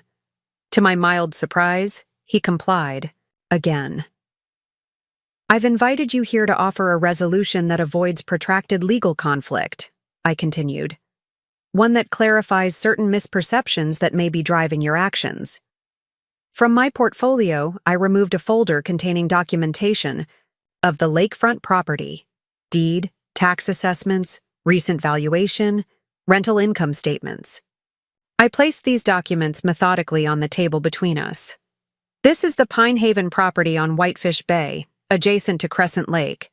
12 acres, 800 feet of lake frontage. Current market value approximately $4 million. Daniel's expression shifted from dismissive to confused as he glanced at the paperwork. I don't understand what this has to do with— I own it, Daniel. Solely and outright. His eyes widened slightly, gaze returning to the documents with new focus. That's not possible. This property is a legacy from Gerald's uncle. Yes. We've maintained it as a rental property for decades. The income is managed through a separate account at this very bank. Daniel's financial mind was visibly recalculating, reassessing assumptions about my economic vulnerability. The property represents part of my estate, I continued evenly. An estate that is now protected by an irrevocable trust with clear capacity, provisions that would render your guardianship petition moot, even if it weren't already baseless. Martha, I'm not finished. I've brought you here because, unlike conversations in my home or your office, this meeting is being recorded as part of the bank's security protocols. I gestured toward the discreet camera in the corner. This creates an official record of disclosure regarding my assets and mental capacity, further undermining any claim that I'm unable to manage my affairs. Daniel's expression had transformed completely now, the confident businessman replaced by someone recalibrating a miscalculated position. What do you want? He asked finally. I want the guardianship petition withdrawn immediately. I want acknowledgement that my home remains solely my property and decision. And I want a commitment to cease manipulation attempts regarding my living arrangements or financial affairs. He nodded slowly, the implications of his weakened position clearly sinking. And in return? In return, I don't pursue sanctions or file ethics complaints with your firm or the state licensing board regarding your involvement in this matter. The terms were firm but fair, an off-ramp from unnecessary conflict without humiliating consequences. Daniel was intelligent enough to recognize both the opportunity and the implied threat. I'll need to discuss this with Rebecca. Of course, you have 24 hours. After that, my attorney proceeds with our response as planned. The meeting concluded shortly thereafter, Daniel departing with copies of the property documentation, and considerably less confidence than he'd arrived with. I remained in the conference room, emotions finally catching up now that the performance was complete. Helen arrived 15 minutes later, concern evident in her expression. "How did it go?" she asked, settling into the chair Daniel had vacated. "About as expected," I replied, suddenly exhausted. He was surprised by the property disclosure, taken aback by the recording. He'll talk to Rebecca. "Do you think they'll withdraw the petition?" I nodded. "Daniel will insist on it. It's financially and professionally prudent now. And Rebecca? What happens with her after this?" The question triggered a wave of sadness I'd held at bay during the confrontation. "I don't know, Helen. I honestly don't know if there's any way back from this." Helen reached across the table, squeezing my hand gently. "Give it time. Today was about protection, about boundaries. Reconciliation, if possible, comes later." We left the bank together, driving to Helen's home for tea and quiet conversation. The immediate crisis appeared manageable, but the deeper wound remained, a fundamental rupture in trust between mother and daughter that no legal resolution could fully address. True to my prediction, Daniel called the next morning. His tone was businesslike, without the condescending edge that had characterized our recent interactions. "Martha, I've spoken with Rebecca. We're withdrawing the guardianship petition today. Our attorney will file the necessary paperwork before noon." "Thank you," I said simply. "I want to be clear," he continued. "Our concerns about your living alone weren't entirely fabricated. Rebecca genuinely worries." "I understand concern," I replied. "What I can't accept is control disguised as concern." A pause. "That's fair. Is there anything else?" Another pause, longer this time. "Rebecca would like to talk. Not immediately, but soon. She's processing everything." The careful phrasing suggested emotional turmoil I could well imagine. Despite everything, my heart ached for my daughter. "Tell her I'm open to conversation when she's ready," I offered. "But it needs to be honest. No agendas, no manipulation." "I'll let her know." After the call ended, I stood in my kitchen, gazing out at the garden where spring flowers had begun their annual emergence. The protective legal maneuvers had succeeded, the immediate threat neutralized through disclosure and boundary setting. Yet victory felt hollow given the relational damage left in its wake. For several days following the petition's withdrawal, I moved through life mechanically, completing routine tasks, maintaining my home, attending garden club meetings, all while carrying a persistent emptiness that no activity seemed to fill. The absence of conflict with Rebecca created space for grief to expand, consuming quiet moments with questions I couldn't answer. How had we arrived at this point? What had I missed along the way? Was reconciliation even possible after such profound betrayal? On the 7th day of silence, the doorbell rang shortly after breakfast. Through the peephole, I saw Rebecca standing alone on my porch. No Daniel beside her, no documents in hand. She looked smaller somehow, shoulders hunched against morning chill, expression uncertain. For a moment, I considered not answering, retreating into the safety of continued separation. But something in her posture, a vulnerability I recognized from her childhood, propelled me to open the door. "Mom," she said softly, eyes meeting mine briefly before sliding away. "Can we talk?" I hesitated, then stepped aside. "Come in." She entered cautiously, as if crossing a threshold into unfamiliar territory, rather than the home where she'd grown up. In the living room, she perched on the edge of the sofa, hands clasped tightly in her lap. "Would you like coffee?" I offered, the social script providing structure where emotional landscape remained uncertain. "No, thank you." She drew a deep breath. "I've been trying to find the right words for days now." I settled into the armchair opposite her, waiting. "The guardianship petition was wrong," she began. "Completely wrong. I want you to know I've fired the attorney who advised us on it. It wasn't just bad legal advice, Rebecca, I said quietly. It was a decision you and Daniel made, to try to declare me incompetent rather than respecting my choices. She flinched but didn't deny it. Yes, it was, and I'm ashamed. The admission hung between us, insufficient yet necessary. I keep trying to understand how we got here, she continued, voice unsteady. When Dad died, something shifted. I felt responsible for you, like I needed to step into his role somehow, to take care of you the way he would have wanted. By controlling me? Rebecca winced. That's not how I saw it initially. I genuinely believed I was helping, protecting you from isolation, from making decisions you might regret later. Decisions like keeping my own home, managing my own finances. It sounds terrible when you put it that way, she acknowledged. But in my mind, it was about security, about ensuring you weren't vulnerable. Even if that meant making me vulnerable to you instead? She had no ready answer for that, her gaze dropping to her tightly clasped hands. Daniel showed me the, property documents, she finally said. The lakefront place. Why didn't you tell me about it? All this time I thought you were barely getting by on Dad's pension and Social Security. You never asked, I pointed out.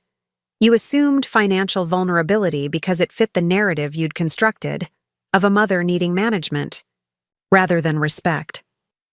Another wince, another truth absorbed. Daniel says you recorded our meeting at the bank? I nodded. A precaution. I needed irrefutable evidence of disclosure and capacity. You shouldn't have needed that, she said, softly. Not with family, not with me. No, I agreed. I shouldn't have. Silence settled between us again, heavy with shared history and recent wounds. Outside, spring sunshine illuminated my garden, highlighting blooms Gerald had planted years earlier, persistent, life continuing despite absence and change. I don't know if you can forgive me, Rebecca finally said. The cognitive evaluation, the petition, crossing those lines was unforgivable. Perhaps, I allowed, but I'm your mother. Forgiveness comes with the territory. Trust, however, must be rebuilt. Hope flickered across her features. How? What can I do? Start by accepting that I am not an extension of you or a problem to be managed. I'm a person with autonomy and agency. I understand that now. Understanding isn't enough, Rebecca. This requires change in how you treat me, in how you speak about me, in how you involve me in decisions that affect my life. She nodded slowly. That's fair. If we move forward, it needs to be as adults with mutual respect, not as caretaker and dependent. I want that, she said, voice strengthening. I want to rebuild what we had. Or something better, maybe. Something healthier. The sincerity in her expression stirred cautious optimism within me. We had a long path ahead, with no guarantee of full restoration. Yet this conversation, honest, without manipulation or agenda, represented the essential first step. I found a letter, I said suddenly, remembering the envelope in my bedside drawer. From your father, written shortly before he died, addressed, to you. I only discovered it recently while organizing his office. Rebecca's eyes widened, a mixture of hope and apprehension crossing her features. What does it say? I don't know. It's sealed. I rose and retrieved the envelope, handing it to her with care. It's yours. Whatever message he left, he meant it for you alone. She accepted the envelope with trembling fingers, tracing Gerald's handwriting with reverent touch. Thank you for not opening it. Of course not. It wasn't mine to read. Rebecca studied the envelope for several long moments before carefully tucking it into her purse. I'm not ready yet, she explained. Whatever Dad wanted to tell me, I want to receive it with a clear conscience. The statement revealed a self-awareness I hadn't expected, acknowledgement that current circumstances colored how she might interpret Gerald's final message. "Would you like tea?"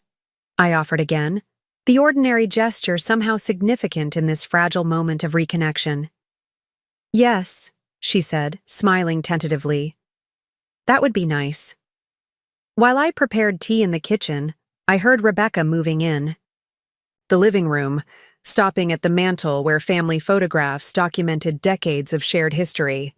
Through the doorway, I watched her pick up a frame containing a picture of the three of us, Rebecca at about 8 years old, sandwiched between Gerald and me on a summer camping trip, all of us laughing at some forgotten joke. "I remember this. Day?" she called softly. Dad dropped his hot dog in the lake and that enormous fish jumped up to grab it. "You were convinced for years afterward that all fish secretly preferred hot dogs to worms," I replied, returning with the tea tray. Our shared laughter felt rusty but genuine. A small bridge across the chasm recent events had carved between us. We spent the next hour in careful conversation, not addressing the guardianship petition directly, but beginning to reestablish connection through reminiscence and tentative plans. Rebecca mentioned a community theater production she thought I might enjoy. I shared news about my garden club's upcoming exhibition. Small, ordinary exchanges that nonetheless represented significant healing. As she prepared to leave, Rebecca paused at the door. "Mom, I know things can't go back to how they were before, but I don't want to lose you." "You haven't lost me," I assured her. "We're navigating new territory, that's all." She nodded, eyes bright with unshed tears. "Can I call you tomorrow? Maybe we could have lunch this weekend?" "I'd like that," I said honestly. After she left, I returned to the living room, settling into my favorite chair with the remains of my cooling tea. The conversation had been neither perfect nor complete. Many issues remained unaddressed, many hurts unhealed. Yet something essential had shifted, opening possibility where before I'd seen only painful closure. Later that evening, as twilight settled over my neighborhood, I walked through my garden, touching flowers and leaves with gentle appreciation. This home, this land, they represented not just property but continuity, a physical connection to the life Gerald and I had built together. Fighting to maintain autonomy over this space had been necessary, not merely for financial reasons, but for deeper emotional integrity. My phone chimed with a text message from Rebecca. "Thank you for today, for listening, for the chance to start again." I typed a simple response. One day at a time. Hachi. And perhaps that was the wisdom we both needed most. Recognition that healing would come not through dramatic gestures or legal maneuvers, but through consistent small choices to respect boundaries, to listen with openness, to honor the complex reality of each other's lives. The lakefront property revelation had changed the power dynamics between us permanently. Daniel's manipulative strategies had been neutralized by financial disclosure. But the true path forward would be determined not by assets or legal standing, but by our willingness to rebuild trust deliberately, patiently, and with clear-eyed honesty about both past wounds and future possibilities. As darkness fell, I made myself a simple dinner and ate at the kitchen table, no longer feeling the acute loneliness that had characterized recent weeks. Tomorrow would bring lunch plans with Helen, a doctor's appointment I'd scheduled myself, garden club preparations, a life constructed according to my own choices and priorities. Rebecca might become part of that life again, in a healthier capacity than before, or our relationship might remain cordial but distant, forever altered by the guardianship attempt.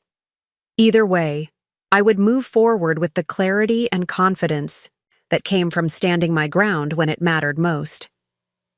The seeds of spring were sprouting in my garden. Perhaps new growth was possible for us as well. The tentative peace developing between Rebecca and me over the following weeks felt like walking across newly frozen ice. Each step measured, testing for stability, aware that one misstep could plunge us back into frigid waters.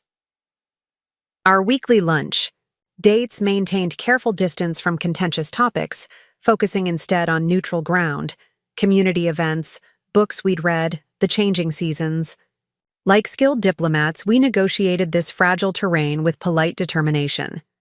Daniel remained conspicuously absent from these cautious reconnections. Rebecca mentioned him only in passing, and I didn't press for details about their private conversations regarding me or the withdrawn guardianship petition. This unspoken agreement to compartmentalize helped maintain our delicate truce, though I sometimes wondered what tensions might be brewing behind closed doors. Helen, ever my voice of reason, finally broached the subject during our Thursday coffee meeting at Riverside Cafe. "Have you asked Rebecca about Daniel's reaction?" she inquired, stirring honey into her tea. "To the property revelation, I mean." "No," I admitted, watching steam rise from my cup. "It feels like poking a healing wound." Helen's expression remained thoughtful. "Understandable. But unaddressed issues have a way of resurfacing at inopportune moments. Rebecca hasn't mentioned whether she read Gerald's letter either," I added. "Another topic I'm reluctant to raise first." "You're treading carefully. That's wise." Helen glanced out the cafe window toward the river flowing steadily beyond. "But eventually, Martha, you'll need to address these deeper matters. Real healing can't happen in the shallow end." She was right, of course. Our current détente existed precisely because we avoided anything substantive. The guardianship attempt, the financial revelations, the fundamental question of trust. Real reconciliation would require confronting these issues directly, not permanently circumnavigating them. That evening, an unexpected text message appeared on my phone. "Mom, are you free for dinner Saturday? Daniel and I would like to invite you to our place. Nothing formal, just the three of us." The invitation startled me. Daniel hadn't been present for any of our cautious reconciliation efforts thus far.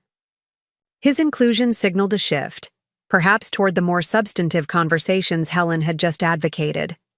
After careful consideration, I replied, "Thank you for the invitation. What time should I arrive?" Her response came quickly. 6:30? Daniel's making his famous lasagna." I texted back a simple confirmation, then sat in my garden contemplating what this dinner might represent. Was it genuine effort toward family reconciliation? A strategic move on Daniel's part? Or something else entirely?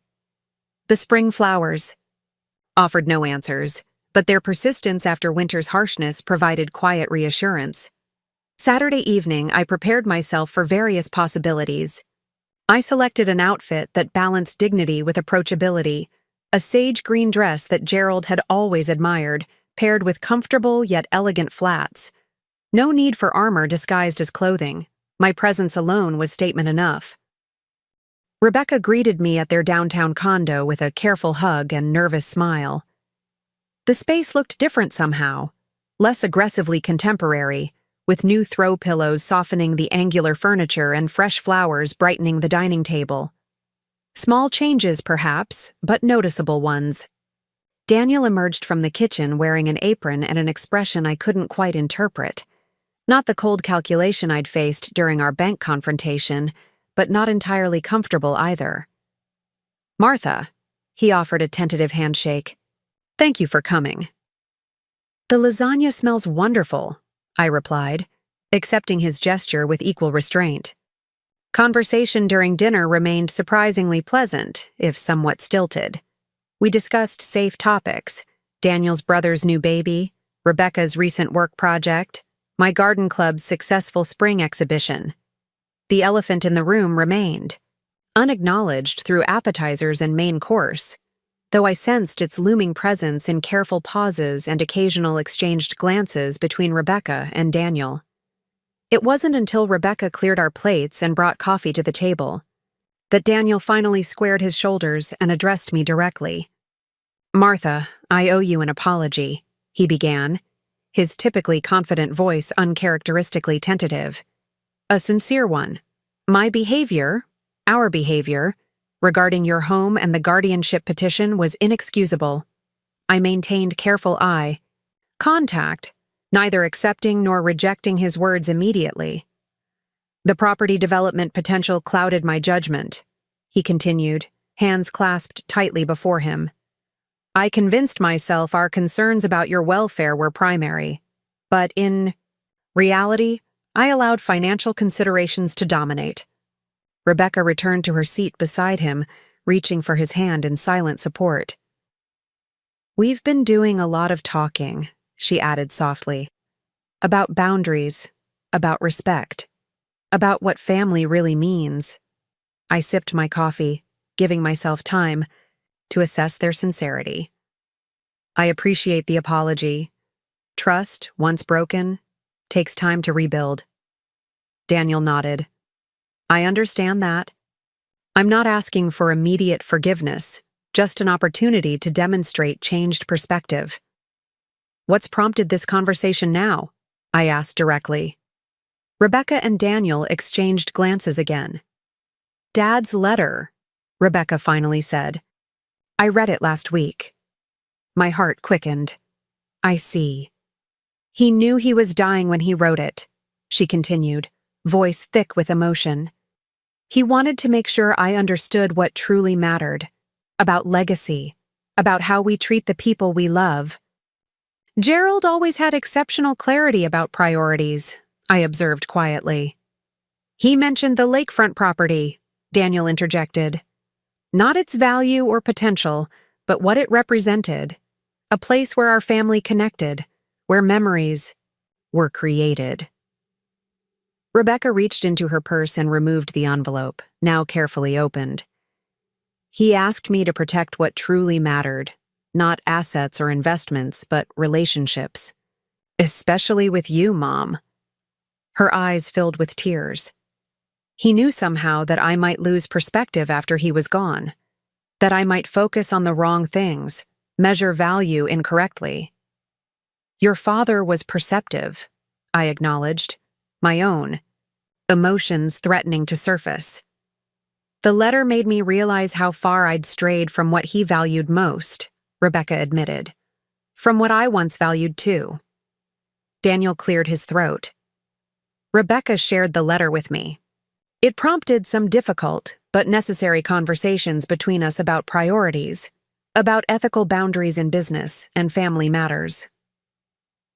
The moment felt genuinely vulnerable, both of them exposed an acknowledgement of error, without the defensive posturing that had characterized our recent interactions. Still, caution guided my response. I'm glad Gerald's words provided that clarity, I said carefully. His wisdom continued even after he was gone. Mom, Rebecca leaned forward. Earnestly, I know one dinner and apology can't undo everything that's happened. But we needed, to acknowledge our mistakes directly, without excuses. Daniel nodded agreement. The guardianship petition was unconscionable. Using your home as leverage was wrong. Misrepresenting ourselves to contractors was deceptive. And potentially fraudulent. There's no justification for any of it. The directness of his admission surprised me. And your development plans for my neighborhood? Abandoned, he stated firmly. Completely. We've redirected the company toward renovation projects in the commercial district downtown. More sustainable, less disruptive to established communities. Rebecca reached across the table toward me, though she stopped short of touching my hand. We don't expect immediate reconciliation, just a chance to rebuild trust gradually through consistent actions rather than just words. Their earnestness seemed genuine, their remorse unscripted. Still, recent betrayals counseled prudence. I appreciate this conversation, I said finally, and I'm open to continuing our careful reconnection. Time will ultimately demonstrate whether perspective has truly changed. They both nodded, accepting these measured terms without protest. There's something else we wanted to discuss, Rebecca ventured cautiously. The lakefront property. Tension immediately returned to my shoulders. What about it? Not what you're thinking, Daniel interjected quickly. We're not interested in its development potential or financial value. Rebecca shot him a warning glance before continuing. Mom, when's the last time you visited the cabin? Since Dad died, I mean? The question caught me off guard. I haven't. The property management company handles everything. Would you consider visiting this summer? Perhaps the three of us together? Her voice held tentative hope. It might be a way to reconnect with some of those family memories Dad mentioned in his letter. The suggestion was unexpected. Not a financial maneuver, but a relational gesture. Still, wariness remained. Why now? I asked directly. Because we've lost so much time already to misplaced priorities, Rebecca answered. Because that place held meaning for our family beyond its monetary value. Because... Her voice faltered momentarily. Because Dad specifically mentioned, in his letter, how much he regretted that we'd stopped going there as a family in his final years. I hadn't visited the lakefront property since Gerald's diagnosis 4 years earlier. We'd planned to spend a final summer there, but his rapid decline had made travel impossible. The idea of returning now, with Rebecca and even Daniel, stirred complicated emotions. Grief at Gerald's absence, hope for healing, lingering caution about their motives. I'll consider it, I offered finally. Not immediately, but perhaps later this summer. They accepted this non-committal response without pushing, and conversation gradually shifted to lighter topics for the remainder of the evening. When I prepared to leave, Rebecca embraced me with less hesitation than before. Thank you for coming tonight, she murmured. It meant a lot to both of us.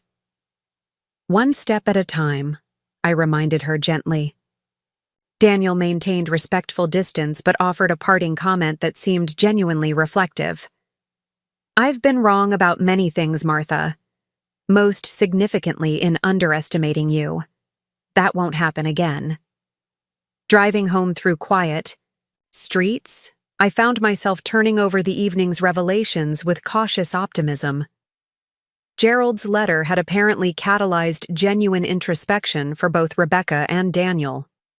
While I remained guarded about fully trusting their changed perspective, their acknowledgement of specific wrongdoing, without qualification or excuse, represented significant progress.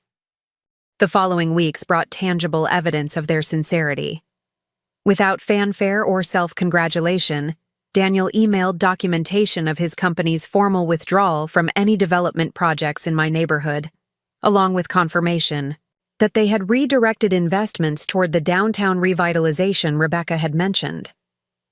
More telling was Rebecca's approach to our continued relationship, respectful of boundaries, attentive without hovering, no longer pushing for decisions.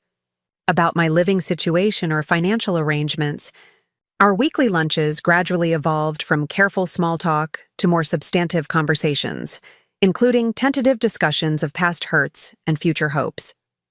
By early June, I finally decided to accept Rebecca's invitation to visit the lakefront property. We scheduled a weekend in late June, arranging to travel separately. Rebecca and Daniel would drive up Friday afternoon, while I would follow Saturday morning, allowing me a planned escape route if needed. The night before my departure, I found myself in Gerald's office, surrounded by photographs of our early visits to the cabin. Rebecca as a toddler splashing in shallow water, Gerald proudly displaying a fish while 10-year-old Rebecca grimaced. At its wriggling form, teenage Rebecca sunbathing on the dock during what would be our last family vacation there before college, and adult life drew her toward other priorities. These images stirred bittersweet nostalgia, but also reinforced my purpose in accepting this invitation. The lakefront property had never been primarily about financial security or investment value. It had been about family connection, about creating space apart from daily pressures where relationships could deepen and memories could form. Saturday morning dawned bright and clear, perfect weather for the 3-hour drive northward. I packed lightly, clothing for 2 days, toiletries, a novel I'd been meaning to finish. As I placed these items in my overnight bag, I hesitated before adding one more, A small photo album containing those early pictures from the cabin. Not for reminiscing alone, but potentially for sharing, for rebuilding connections through shared history. The drive itself became unexpectedly therapeutic. As urban sprawl gave way to rolling countryside, and eventually to dense forest surrounding gleaming lakes, I felt tension gradually easing from my shoulders.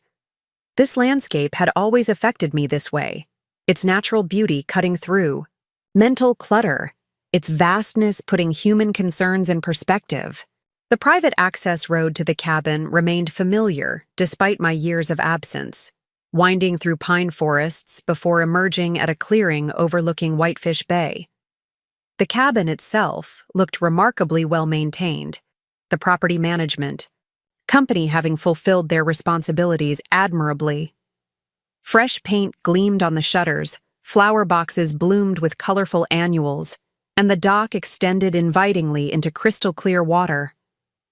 Rebecca was waiting on the porch as I pulled into the gravel driveway, her expression a mixture of nervous anticipation and genuine welcome. She hurried down the steps to greet me. "You made it," she said, embracing me briefly. "How was the drive?" "Beautiful," I replied honestly. I'd forgotten how restorative this journey can be. "Dad always said that too," she remembered, helping with my bag. That the drive itself was part of the experience, not just getting from point A to point B. Daniel appeared in the doorway, offering a restrained wave rather than approaching immediately, respecting personal space in a way he'd rarely demonstrated before. "I've made lunch," he called. "Nothing fancy, just sandwiches and fruit from the local market." The cabin's interior remained largely as I remembered, knotty pine walls housing comfortable, unpretentious furniture designed for relaxation rather than impression. The stone fireplace dominating the main room still displayed the collection of smooth lake stones Gerald and Rebecca had gathered during summers past, each with a date carefully painted on its surface. "I can't believe these are still here," Rebecca commented, touching one gently. "Summer 1991, the year I found that heart-shaped one." "Your father insisted on keeping perfect records," I smiled at the memory. "Date, location, which of you found it?" "Daniel and I sleep in the guest room," Rebecca said, gesturing toward the hallway. "We thought you might want the main bedroom." The consideration behind this arrangement touched me unexpectedly. The main bedroom had always been Gerald's and mine, larger, with windows overlooking the lake and private access to the small deck where we'd shared countless morning coffees.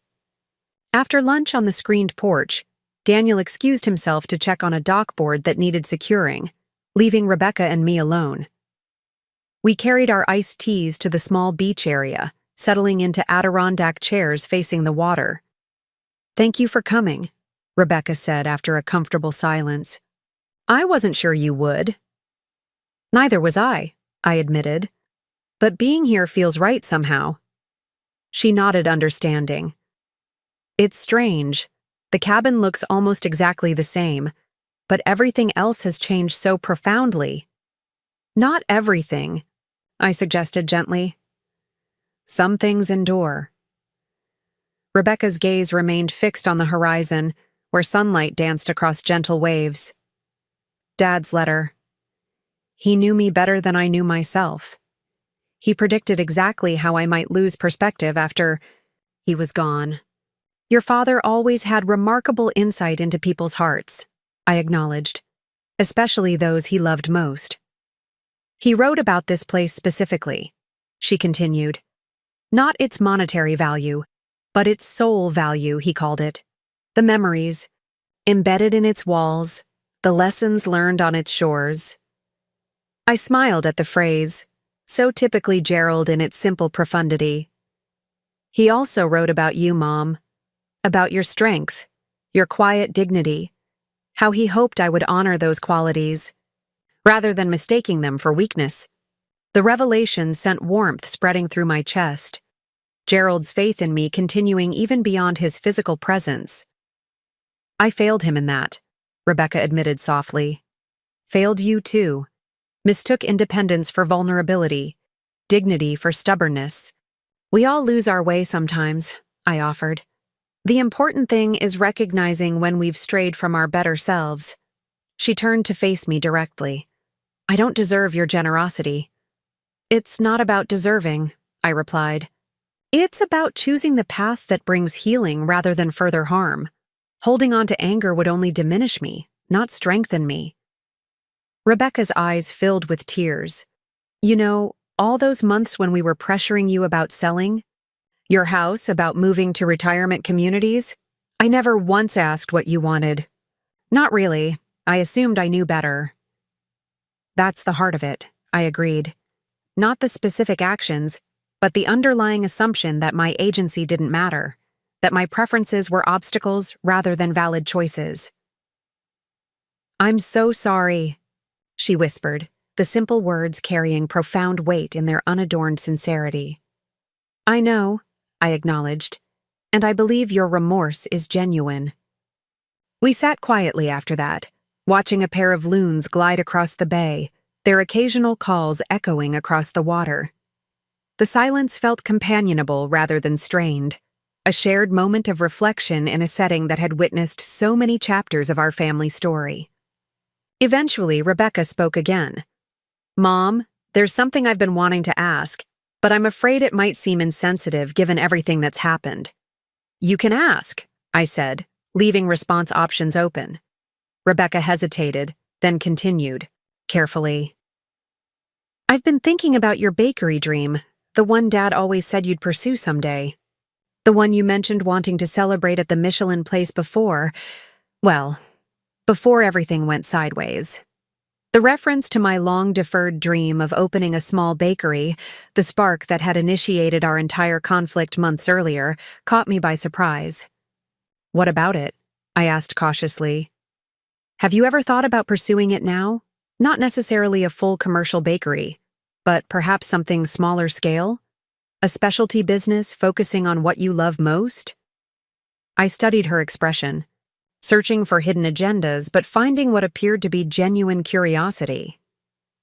I've considered it occasionally, I admitted, but starting a business at my age seems impractical. Rebecca seemed to choose her next words with particular care. Age doesn't seem like the right metric for that decision. Energy, passion, skill, those matter more, and you have all three in abundance. The affirmation, delivered without condescension, warmed something long cold within me. Why do you ask? I inquired. Because I've been thinking about what supporting you actually means, she replied thoughtfully. Not taking over or directing your life, but actually supporting your desires and dreams, the things that matter to you. The lakefront weekend. Concluded with a tentative plan to return in July, Rebecca and Daniel for weekends, myself for a longer stay if I desired. The cabin that had featured in our conflict as a financial asset had been reclaimed as what Gerald always intended, a place of connection and renewal. 3 weeks later, I found myself sitting in Helen's sunny kitchen, discussing something I never imagined would resurface at my age: a business plan. You're serious about this bakery idea? Helen asked, reading the notes I'd prepared. Not a full-scale retail operation, I clarified. A specialty business focusing on custom celebration cakes, small volume, high quality. Helen smiled broadly.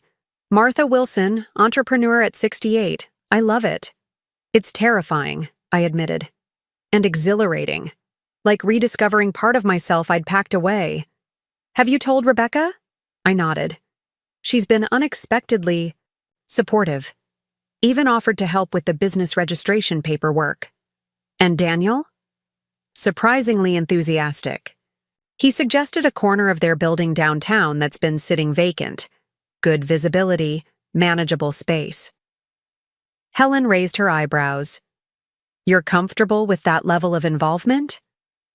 The offer comes without strings, I explained. Market rate rent, formal lease agreement, no equity stake for them, professional boundaries. We discussed logistics, timelines, and financial considerations. The lakefront property's value provided security that made this venture possible. Not risk-free, but not reckless either.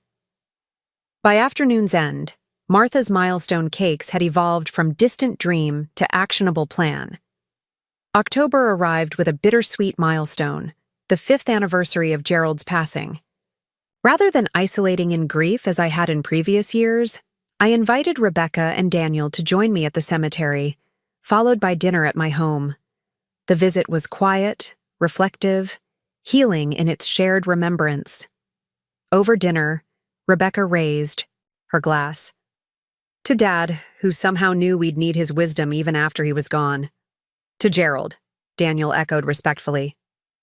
To the man who believed in dreams, I added, thinking of the bakery that would open its doors the following week, even when they seemed impossible.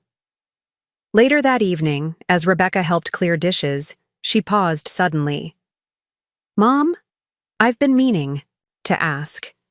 That night of the snowstorm, when you came to get us after our accident, you knew then about the lakefront property, about its value.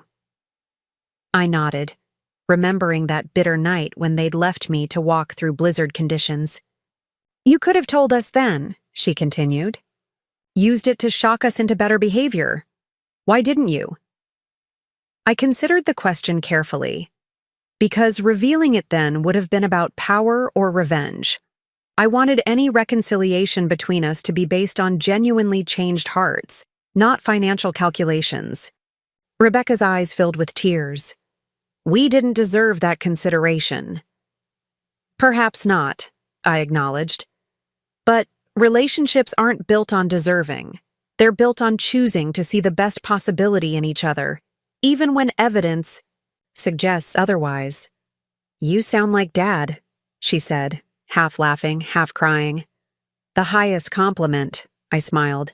November brought the official opening of Martha's milestone cakes. The modest storefront, decorated in warm creams and sage greens, featured a small display case and consultation area where clients could discuss custom designs for significant celebrations. Behind velvet ropes, visitors could glimpse the kitchen where I would create these edible masterpieces. Rebecca and Daniel attended the small opening reception, along with Helen, garden club friends, and curious neighbors. Daniel's support had remained consistently professional, helpful with permits and regulations, but respectful of boundaries. Rebecca had found a perfect balance of enthusiasm without overstepping, celebrating my vision rather than attempting to redirect it. As I cut the ceremonial first cake, a miniature replica of the Michelin-starred dessert I'd once been denied, I realized how completely the narrative had shifted. From a woman perceived as vulnerable and declining, I had emerged as vibrant and entrepreneurial. From family members who saw me as an obstacle to their ambitions, Rebecca and Daniel had evolved into supportive, if chastened, allies. Most importantly, I had reclaimed the essential truth Gerald always recognized: that age might change circumstances but need not diminish capacity for growth, for contribution, for joy in new pursuits. December arrived with another significant marker, the first anniversary of the snowstorm that had exposed the fractures in our family. The forecast called for heavy snow again, weather patterns cycling as reliably as seasons of life. This time, when snowflakes began falling, Rebecca called immediately. Mom, the weather's turning bad. Daniel and I are heading your way to help.